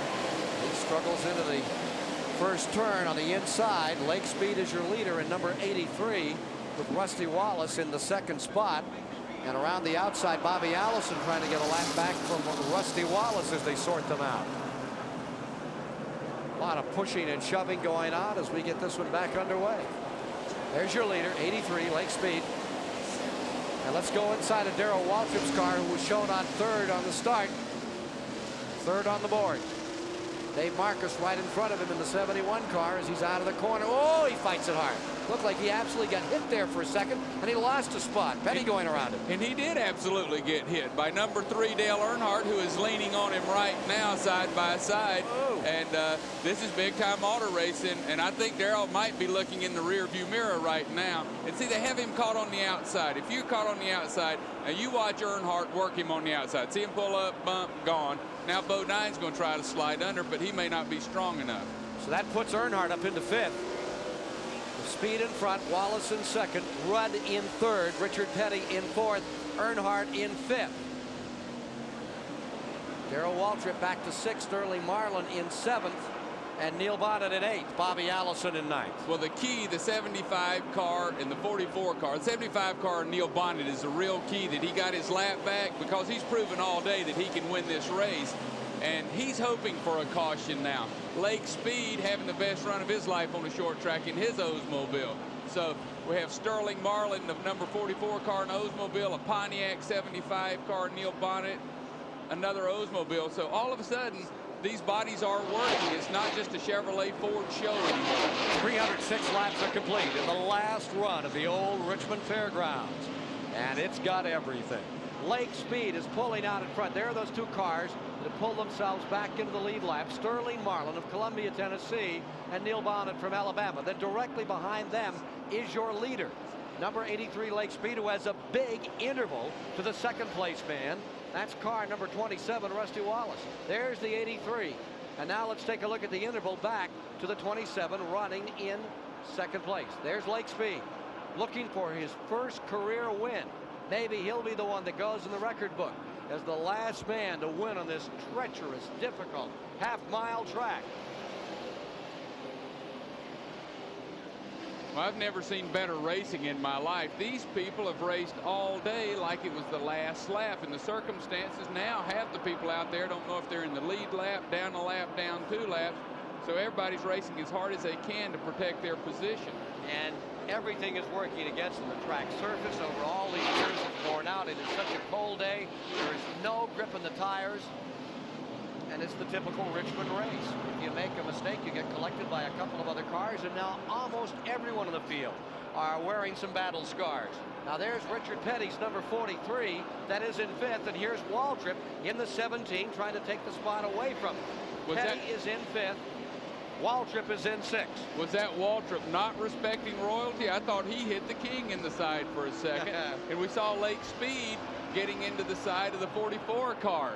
And they touched last time around. So he's trying to put the 44 car back down a lap because he wants to be the best Oldsmobile when he calls. There goes Earnhardt right down the straightaway. He and the 26 car, Ricky Rudd, got together hard. Earnhardt saved it. Now we're about ready to get tough. I tell you, this thing's about to break open into a street fight because now everybody's hitting each other and it's time to get mad. Earnhardt took some damage, and he also left a crease in the fence in the straightaway on the main chute. I can't believe it. What that car sustained some damage on the left rear. Let's see if we can spot it here. He was sideways for about 80 or 90 feet, and why he didn't get collected is beyond me. He had it sideways all the way down here, going into turn one and got it back. I don't know how he saves those cars. I mean, that car was gone, you can and see he saved it. You can see on the back end of the car. Just notice the fender on the right side all the way down. Now notice on the left side. It's disappeared. It went to the fence. Well, he trimmed it. I tell you, we went to a race and a fight broke out, or we went to a fight and a race broke out. You know, we're getting down to that. 314 of 400 laps are complete at the Richmond Fairgrounds. Speed first, Wallace second, Rudd third, Earnhardt in fourth, they're saying. Let's check that one back. Then in fifth. In the fifth spot is Petty. Sixth is Waltrip. Seventh is Bonnet. Eighth is Marlin. Ninth is Shepard. And 10th is Allison, with 11th Bill Elliott. And there's racing going on everywhere around this racetrack. Back for 18th place, they're getting after each other like it was for the win. So the fans are having a ball. Everybody is standing, and they've been standing for 5 hours, it seems like. Some of them are frozen in that position. 11th spot out there is Morgan Shepard now. Elliott is back to 12th. Alan Kowicki being shown as 13th. Here we just went 3 wide with Richard Petty in the middle, Earnhardt and Elliott on each side. I'm telling you, they are coming. Here. Oh, that is Waltrip leaning on Earnhardt. Oh, my goodness. And I thought he said Earnhardt jackknifed him in an earlier interview. Well, are we being ugly? Jackknife John, he just leaned on him a little. I am hurt. I am hurt. Meanwhile, Earnhardt is off the pace. I think he may have cut a tire. He's dropping back 1, 2, 3, 4, 5 positions going into turn 1. Here's Kyle Petty closing. Something is amiss on the Richard Childress number 3. Yeah, Last year's winner's in trouble. I'm sure he's got a tire coming down. He's coming into the inside. He got beaten and abused on 2 occasions here. Once in the main straightaway, and the one you just saw. And here's Earnhardt, defending champion at Richmond, on pit road. Watch Earnhardt's crew jump on this car. You're looking at the best crew in stock car racing. They have 4 All-Pros on that team, 3 over the wall. And they're going to try to get it fixed so he can get back out and try to hammer somebody. 6 seconds by, 7 seconds by. Right side rubber. Unfortunate for Dale Earnhardt. He's out in 12 seconds. 12 seconds, right? Everybody else is usually around the 15, 16 second mark. That shows you how good the people are, and they'll put him out there. And it'll be fun to watch him now. New rubber on his car. Has he got the time? He has 320 laps complete. There are 80 laps remaining. Speed is first, Wallace second, Rudd third, Petty to fourth, Waltrip to fifth, Bonnet to sixth, Marlin to seventh, Morgan Shepard in eighth. Well, Lake Speed and Marlin have been getting after each other for the last 10 laps. And that's a silly battle. Yeah, because that's a silly battle. But Lake Speed is trying to put Marlin down a lap so that he can keep that advantage. But they have been touching, and what they're going to do is end up taking each other out if they're not careful. And Dave Girard with those mobiles is going to have a heart attack up in Michigan. Well, Lake Speed has an advantage of about 2.5 seconds over Rusty Wallace's Pontiac in second. And we'll be back with more of the action from Richmond's 400 in a moment. We're live at the Richmond Fairgrounds Speedway, Richmond, Virginia, where this old half-mile racetrack is having quite a swan song. We've got Lake Speed leading Rusty Wallace by a couple of seconds out there, and an incredible battle going on behind them. Ricky Rudd is third, but Richard Petty, given those STP colors, quite a drive with Darrell Waltrip all over them in the race for 4th and 5th on the racetrack. Petty beaten, battered in that hard crash at Daytona, coming back strong here at Richmond. There is the battle, and inside goes Darrell Waltrip trying to take over that 4th spot. They have been swapping those positions back and forth. We watch from the in-car camera as Waltrip goes after the all-time king of stock car racing and the most successful driver on this racetrack ever, Richard Petty, with 13 victories here. Tremendous battle, Ken. Oh, indeed it is, David. Lake Speed is on Hoosier Tires, running up in front of the car number 83. There he is, and Sterling Marlin still in front of him. Marlin on the tail end of that lead lap. And the battle back here between Darrell Waltrip, who cuts down. He has a lot of power going into the corners, but Petty pulls him off the turn, has been remarkable. 43 and 17 are having at it a little further back as we look at the standings. Here's how they're running in the latest report from scoring with NASCAR. Here you see Richard Petty going for win 201. No other driver even close. David Pearson has 105 victories. Then it's Bobby Allison with 84. But look at Petty. So smooth after that brutal accident of just a week ago. Waltrip trying to nip in there and take one more spot as the action continues. Now, in 6th spot is Neil Bonnet, 7th is Marlin, 8th is Shepard, and 9th is Labonte. That's about as good as it gets between those two. They're even.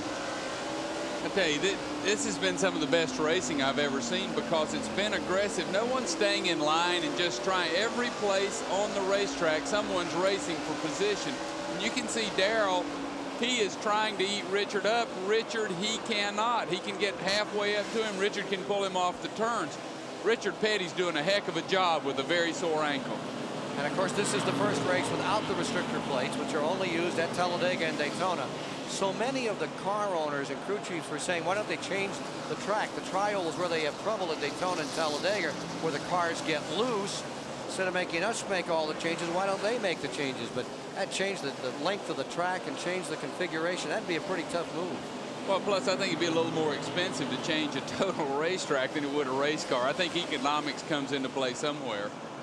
Here's the 43 and the 17 putting on a great show at Richmond. This is the half mile. It was a 2.5 mile track with speeds over 190 miles an hour last week, lap after lap. And we're watching this great battle. Here's the one for 2nd place now. Rusty Wallace is about to be challenged by Ricky Rudd.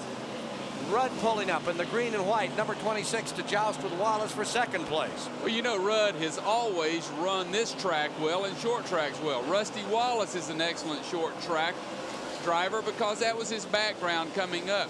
And these are two aggressive young men who sure will get after each other. And I think Ricky's sitting there putting as much pressure he can, hoping he can force Rusty into a mistake.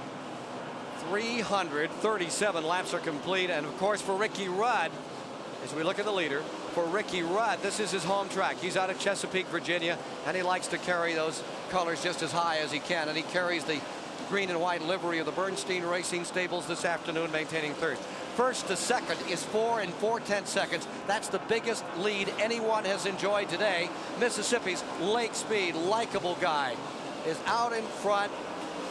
Born-again Christian, hard racer, had a great finish at Daytona several years ago, up in the top 3. Has had a lot of misfortune in his racing, finally put his own team together. Question is, can he stay there with about 60 laps remaining?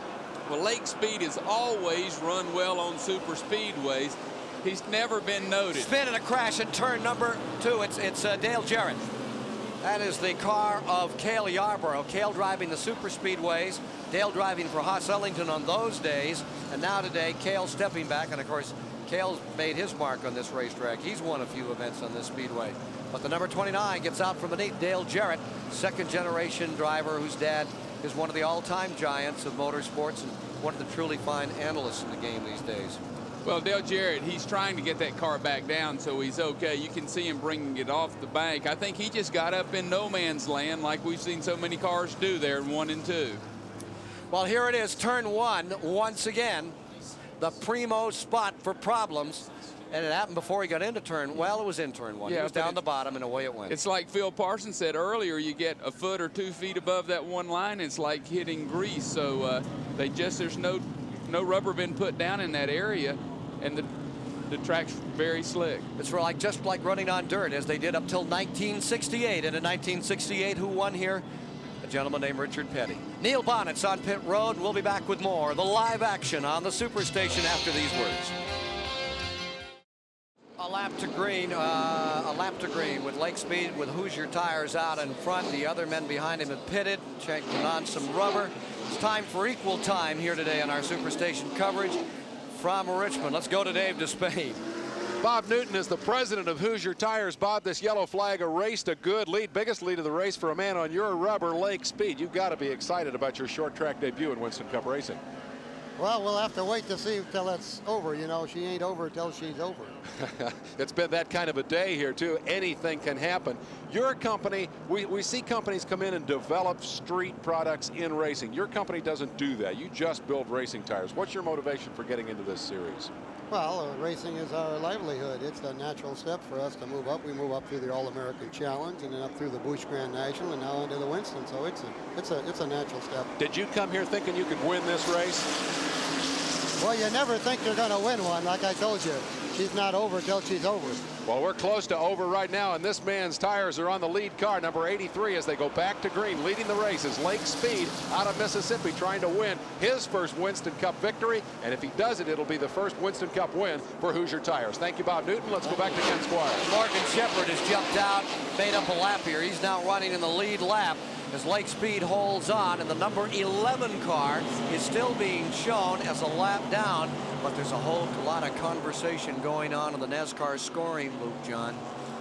Huh? I think it'll be a while before they really know where everybody's. Look, going 3 wide through there. Bobby Hillen hits Bobby Allison going 3 wide. He really hit him a lick. Bobby Hillen put the muscle right to his team car. Here he is trying to get under Bobby Allison, starting to move under Richard Petty for a moment. Davey Allison is back on pit road. He's running many laps down after an early altercation in the event. As matters stand, here you see your leader. That is Lake Speed. Then the green car, that is Ricky Rudd being shown in second. And Waltrip's number 17 is in third, and he's being passed. The 75 of Neil Bonnet is getting into this thing thick right now. Well, Waltrip's car pushed up real bad that time. Lake Speed seems like his car's working. You can see everyone is touching. The 26 car of Ricky Rudd hits the number 11 of Terry Labonte in the side. Everybody is racing aggressive. We called it earlier. This is push and shove time. And you watch everybody's car drift up. Tires are good now. They shouldn't be sliding all over the place. This is intimidation now. And they're cold. Those tires haven't really warmed up from this caution period. They're coming up now, so they ought to really hang on. Let's go to Mark Allen. We've got Larry McReynolds, the crew chief for Ricky Rudd, watching him going into turn 1. You got caught in the classic case of what the leader did on that last pit stop. You would have liked to have come in for tires. Why didn't you? No matter what everybody else did, we was playing our own game, and we just was going to stay out there because track position is a whole lot more important than fresh tires. Man, you mentioned past speed. If we can get by these people that's a lap down, I feel like we can, but people that's a lap down that's pretty good running race cars is giving us a pretty hard run for our money. The 26 crew, they've got their fingers crossed. Meanwhile, here on the track, there you see their car, the 26, but closing up on the leader, the 83, is the 75. Here comes Neil Bonnet, and this is a scramble for the lead in the main straightaway. Lake Speed is being challenged as Bonnet has made up his lap. He's fought his way through. He's going for first. Speed is on the outside. Let's see if he muscles it. See, if you get on the outside and they can get under you, other people will come behind with him. See the number 11 car? See the touch? Nailed him. Everybody will try to jump under and get by. So Lake Speed's got to keep that car down on the bottom to try to keep people away. But Neil Bonnet, who's had one of the best cars all day, you see Lake Speed's car is pushing up and getting loose. So Neil Bonnet seems to be driving away from him right now. And I think something's wrong with the Junior Johnson number 11. It made a stab there, and now it's falling back. And Petty is coming on the inside at number 43, underneath Earnhardt of the 17, and he's picking up a spot. Richard Petty charging at the finish, goes into 4th. He drops Waltrip to 5th. Wallace is in 6th. Marlin is 7th. And there from inside of Darrell Waltrip's car, you see Richard Petty just in front of him. He made a great move there to pick up another spot, that being Richard Petty. Well, I think these cars, a lot of cars, you change 4 tires, all of a sudden the cars don't work like they did before. It doesn't mean that all of a sudden you're that bad, that you may have tire stagger that is not proper to the racetrack. Jimmy Means is pulling it down into the garage area. I think he's calling it a day. 45 laps left to go, and this one is Neil Bonnet's in front, and Lake Speed isn't giving up. He stays right there, and that is his true given name. Everybody says, you got to be kidding, a guy named Lake Speed? Indeed, out of Mississippi. He did not pit. Lake Speed in the 83. Bonnet stopped, took on tires, and he's back out there, and that tire seems to be helping in his. And again, you've got another car, the 75, still on the Hoosier rubber, correct? Yes, that's right. And first and second is Hoosier. And I think Lake Speed rolled the dice. He was the leader. He could have come in and gotten new tires like everybody else did, but I think he felt like maybe his tires were good enough. He didn't want to take a chance of getting some tires that were out of stagger or out of brown where they weren't proper. Let's see if we can get interval from first back to fourth. There you see the first place car, number 75, and there's the 83. Lake Speed right there just behind him. That's first and second. Now, where is third place? It's the green car right there, number 26, Ricky Rudd. And where is the fourth car, number 43, Richard Petty? How far back would he be from this trio? There you see first, second. There's Richard Petty in those familiar blue and day-glow red colors. And behind him comes the 5th place car of Darrell Waltrip. What a sensational battle with 40 laps to go next time by. Well, we just have a classic situation where everybody's together. There's Phil Parsons, who's not running up to speed and pulls down to let these good cars by because he doesn't want to interfere with the race. But you get a feeling of how fast everyone's going, and from the in-car camera, you can see what's happening. We may have a battle for the lead right here. Number 26 is pulling back up. There's 75 and 83, and directly behind them, Ricky Rudd is ready to make his challenge. Here he comes on the outside of Lake Speed. If he stays out there in 1, it could be Fence City for the number 26 driver, Ricky Rudd. He dives back and stays down at turn number 1 and doesn't risk it where so many have crashed and burned here today. 75, Bonnet is in first. Lake Speed is in second as we're building toward a fantastic climax on this half-mile track to wind up the career of this racing facility. We'll be back with more of the action from the Richmond Fairgrounds in the final Richmond 400 after these words on the Superstation. 16-time winner Neil Bonnet trying to stretch it into another one and put himself back up on the winner's circle, John Hayes. Yes, Neil Bonnet, Lake Speed, those cars are not on the winner's circle. This could be the biggest payday they've ever had because the winner's circle is worth about $280,000 a year. There's only one spot left because Bobby Allison took the other one at Daytona. Second place, Lake Speed. Ricky Rudd would like that as well. Richard Petty lies 4th. Darrell Waltrip is in 5th. Sterling Marlin is in 6th. 7th is Wallace. 8th is Shepard. 9th is Bobby Allison. 10th is Terry Labonte. 11th is Bill Elliott. 12th is Alan Kowicki. 13th is Bobby Hillen. 14th is Earnhardt. And 15th is Buddy Baker with 16th Benny Parsons. 17th Jeff Bodine. And Dave Marcus is in 18th. Now among the leaders we still have 6 cars in that lead lap. Correction, 9 cars now in the lead lap. 9 cars shown in the lead lap, and this man continues to lead as we get 30 laps to go. 30 laps remaining. Well, I think Neil Bonnet just wants the thing to stay under green because he is control. He will be in control. He will be coming up on traffic shortly. He can effectively use the traffic to try to keep Lake Speed behind him. Also, Ricky Rudd is going to have to start making his moves soon, so the 75 car Neil Bonnet is in a great position right now.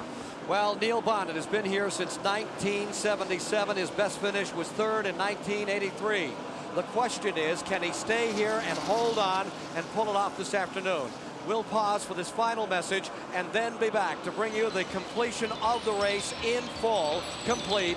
That's right after these words. Here's the battle for first place. Car number 83 got just a little high, and Ricky Rudd has just gone into 2nd spot. There was a bounce going off turn number 2 that got car number 83 just a little loose. Meanwhile, Richard Petty has moved around. He is taken 4th. Darrell Waltrip is back in 5th. Sterling Marlin is 6th. Rusty Wallace is in 7th. The interval just incredible. There's Richard Petty in the 43. There are all the lead cars. As we get down to the end of it, 380 laps complete, 20 to go. It has been just a remarkable event here in Richmond, Virginia. $358,000 at stake. Next time we're with you, we'll be at the 600. Charlotte, North Carolina. We have Mark with Dale Inman in the pits. Dale, and he's checking the car again now as he goes by, running a clock on it, watching carefully. Dale, Richard used up a lot of car getting around Terry Labonte. How much does he have left? I don't know. There's about 18 laps to go. We're running just as hard as we can. And these, as you can see, busy in consultation. They want this win badly.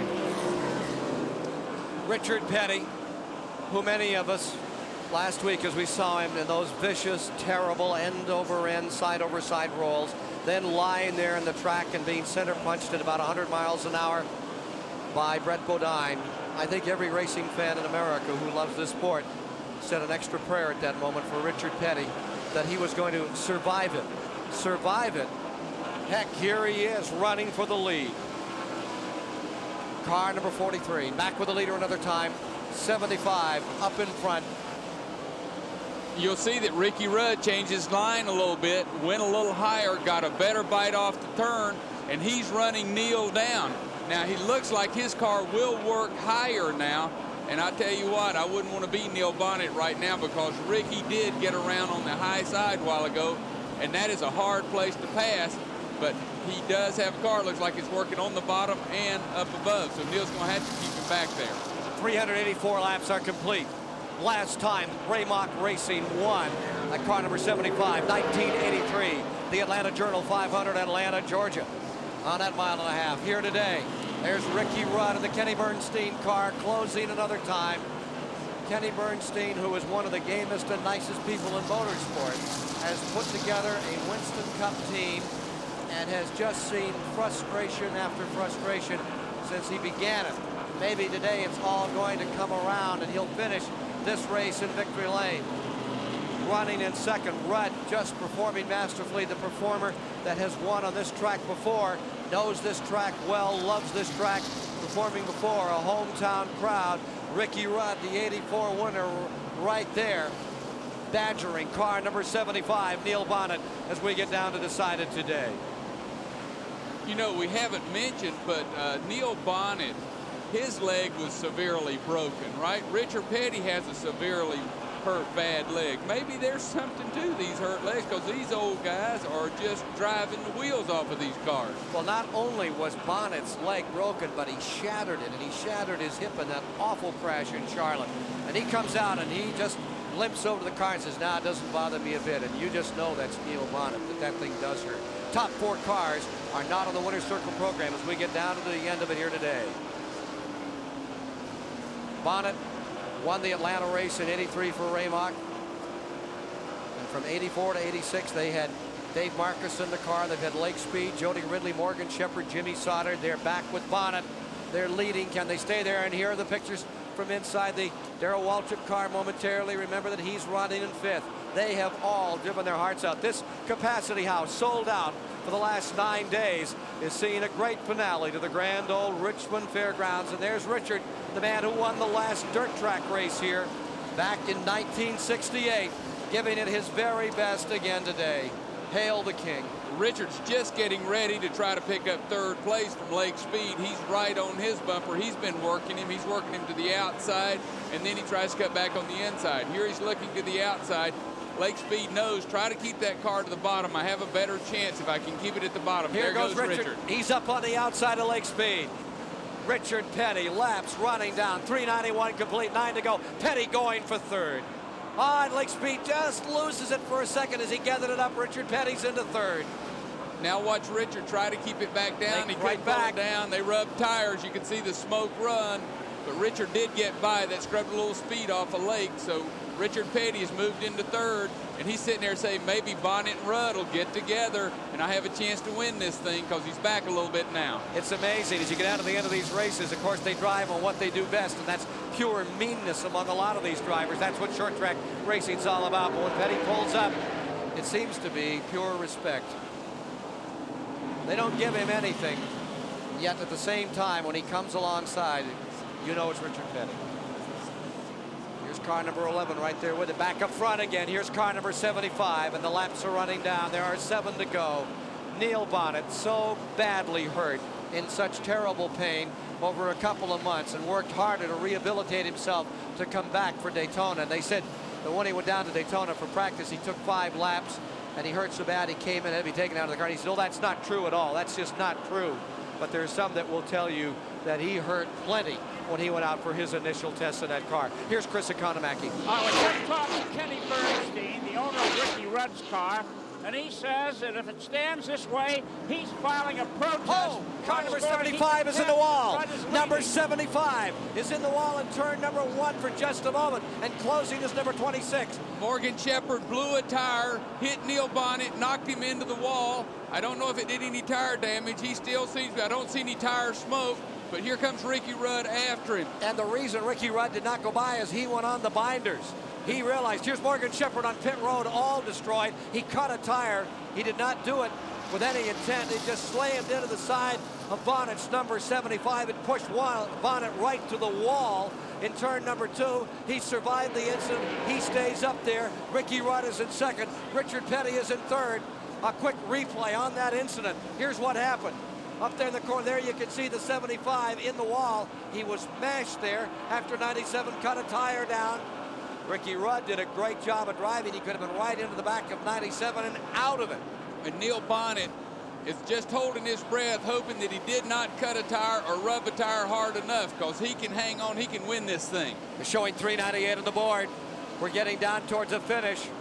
Car number 75, Neil Bonnet, by his fingernails and toenails clutching to the side of this rock, which is called the Richmond Fairgrounds. White flag, 1 lap to go. It'll be worth almost $300,000 to him to get on plan 1, plus the victory here today if Neil Bonnet can hold on this last lap. He is some gritty guy. And I can assure you the first person that's going to hug his neck is Dale Earnhardt, because they are partners. Here they come down to the line. The finish it this afternoon. The checkers are out. And Alabama's Neil Bonnet, 4th a week ago at Daytona, comes back and wins here today. Ricky Rudd has to settle for 2nd. And Richard Petty returns from one of the worst wrecks of his career just 7 days ago to a brilliant 3rd place finish on as chilly and cold and as exciting a day as we've ever had for racing in Richmond, Virginia. We'll be back with more of the story and a chance to meet the winner in a moment. The celebration is on in Victory Lane. Let's go to Chris Economaki. And here we are with the winner. How tough a day was it, Neil? Chris, we had to work for it. You know, we were up there running good early, and we wanted to stretch these tires and see what we could get out of them, and we carried them too far the first time, and we got a lap or 2 down, and this thing just kept plugging away all day, and just Valvoline Pontiac, I'm telling you, just came on back. How's that bad leg of yours? Well, I hadn't even noticed it. It's starting to hurt. Every time I get out of the car, when I'm in there, I don't think about it. Neil, Kenny Bernstein, who owns Ricky Rudd's car, says he's going to file a protest contending they won. You think there's any validity to that? Well, I mean, you know, Kenny's a good car owner, and if he wants to file it, we'll just see what happens. I don't even know what it's about, but I did my job. I'm through for the day. The car's got a lot of dinks and dents on it. What was the toughest part of the race for you? Well, right there at the end, Shepard cut a tire down and got me all up in the wall, which he couldn't help it. He was on a flat, and they just about got by me right at the end. How you feel? Oh, I feel good. Feel okay, great. Congratulations, Neil Bonnet. Now let's go down pit road to Mark Allen with Kenny Bernstein.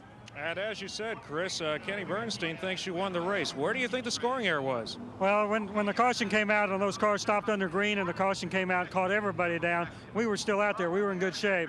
And it shows on our sheet where the 75 car actually pitted on the green before that caution came out. We're quite certain that we won the race if we can get it straightened out with the scores. I sure hope we can. Well, they have to take it to NASCAR immediately after the race and file an official protest, and then it will be ruled upon. So controversy in Victory Lane and here on pit road. And the story of Richard Petty, the man who made a comeback that no one will ever forget. That's the story we'll come back to after these messages on the Superstation as we report to you live from Richmond, Virginia. We're back live at Richmond Fairgrounds Speedway. Let's take care of a bit of business down here. We are still trying to sort out who has won this race. There's a great deal of controversy. No doubt that Dale Earnhardt has the True Value Hard Charger Award over Neil Bonnet in the race for that $5,000 from True Value. Earnhardt piled up a lot of points early, then got in trouble late and faded back into the top 5. The Timex Speed Track computers go to Neil Bonnet's crew. He unofficially had the fastest lap of the race. That was early on when he was making a charge up to the lead. And this is the first victory ever for Hoosier Tires in Winston Cup competition. I'm going to give the Mac Tool $1,700 award today to Bob Newton, the head of the Hoosier Tire Company, the president of the company, their first Winston Cup short track, and they won it. Now, let's see if we can figure out who has won this race, because that controversy is continuing between Kenny Bernstein's crew, the 26 car of Ricky Rudd, and Neil Bonnet, the apparent winner. Ken, any further word on who's done what here? Well, we just watched the NASCAR officials, Les Richter and Dick Beatty, walking across the track over into the infield. We saw them push the number 26 car down toward Victory Lane. Neil Bonnet is still there, and at the moment, he has the victory. We're trying to get a word with Richard Petty, as well as any update we can give you as to what has happened on this first place. For the moment, the Neil Bonnet victory is standing. Richard Petty's car number 43 has just been rolled back. It has gone up to the scales for its inspection, And in victory lane is still car number 75. Let's go back on pit road for a moment and see if we get a word from Ricky Rudd. Mark? Well, there is a lot of debate here in victory lane. Ricky Rudd is standing 20 feet away from Neil Bonnet. Ricky, what's your version of all this? Well, there's no doubt about it. Our car won the race. Neil had lost 2 laps. He made 1 up. He was at the tail end of the lead lap, no question about it. You know, what's a daggum shame? I feel like they're going to get this straightened out, but our guys are cheated out of victory lane for the time being. What can they do? How can they adjust things on short track as a wild a race as this was? Well, I guess they're going to have to go back and look at the score and readjust the finish. Like I say, there's no doubt about it. I know there's some questions on their part, but there's no doubt about it. Neil had lost a couple laps early in the race. He got 1 back, and he's at the tail end. Was there ever any doubt in your mind? There was certainly a lot of doubt in other people's mind, particularly NASCAR scoring, as to who was where in that final 75 laps. There was no doubt about it. They told me I was leading the race. I looked at the scoreboard. We're on the board. You know, I had a chance to go by Neil right there at the end when Morgan Shepherd blew his tire. I said, shoot, there's no sense taking any chances. We're leading the race. Why should I do it? 2 men who think they won, one victory lane. Well, down here on the start-finish line, you can see the NASCAR officials. There's Harold Kinder and I believe Les Richter, Dick Beatty are all down there. Some of the other NASCAR officials gathering together, talking about, it's Jerry Cook, I think. And they're talking about what's gone on here today as they try to sort this race out. We'll be back with, yes? There goes Beatty and Richter right there. And there they are. There's Les Richter and Dick Beatty going back over to check some scoring cards. We'll be back in a moment. It is the end of an era, and you're seeing it right here as they begin to scrape away at turns numbers 3 and 4. Most of the drivers wish they'd scrape away 1 and 2, and probably before the race had started today. It is the end of this half-mile facility to be replaced by better than a 3/4-mile track, which we'll see in September here on the Superstation. Well, they're still debating who won this race. Neil Bonnet is in victory lane, claiming that he has taken home the 17th career victory for the Bonnet name, and for Raymock Racing, their first win since 1983. Ricky Rudd stands just outside of victory lane, hoping that it will go his way. You heard what Kenny Bernstein had to say, that it would be his 9th Winston Cup win. Richard Petty has retired to his truck. He went immediately into the truck, and I'm sure that he is totally exhausted after this tremendously hard racing program that he put on today.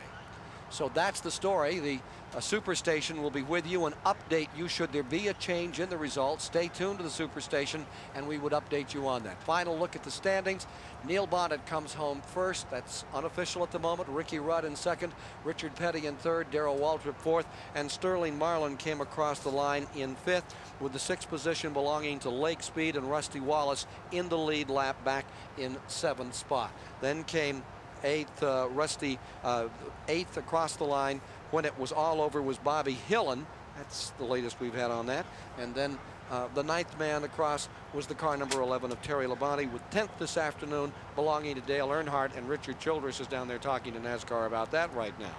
So for everyone here that brought you the broadcast today, thank you so much for being with us for the final race in the history of the Richmond Fairgrounds half-mile facility. From Richmond, I'm Ken Squire. Congratulations today to Neil Bonnet or Ricky Rudd.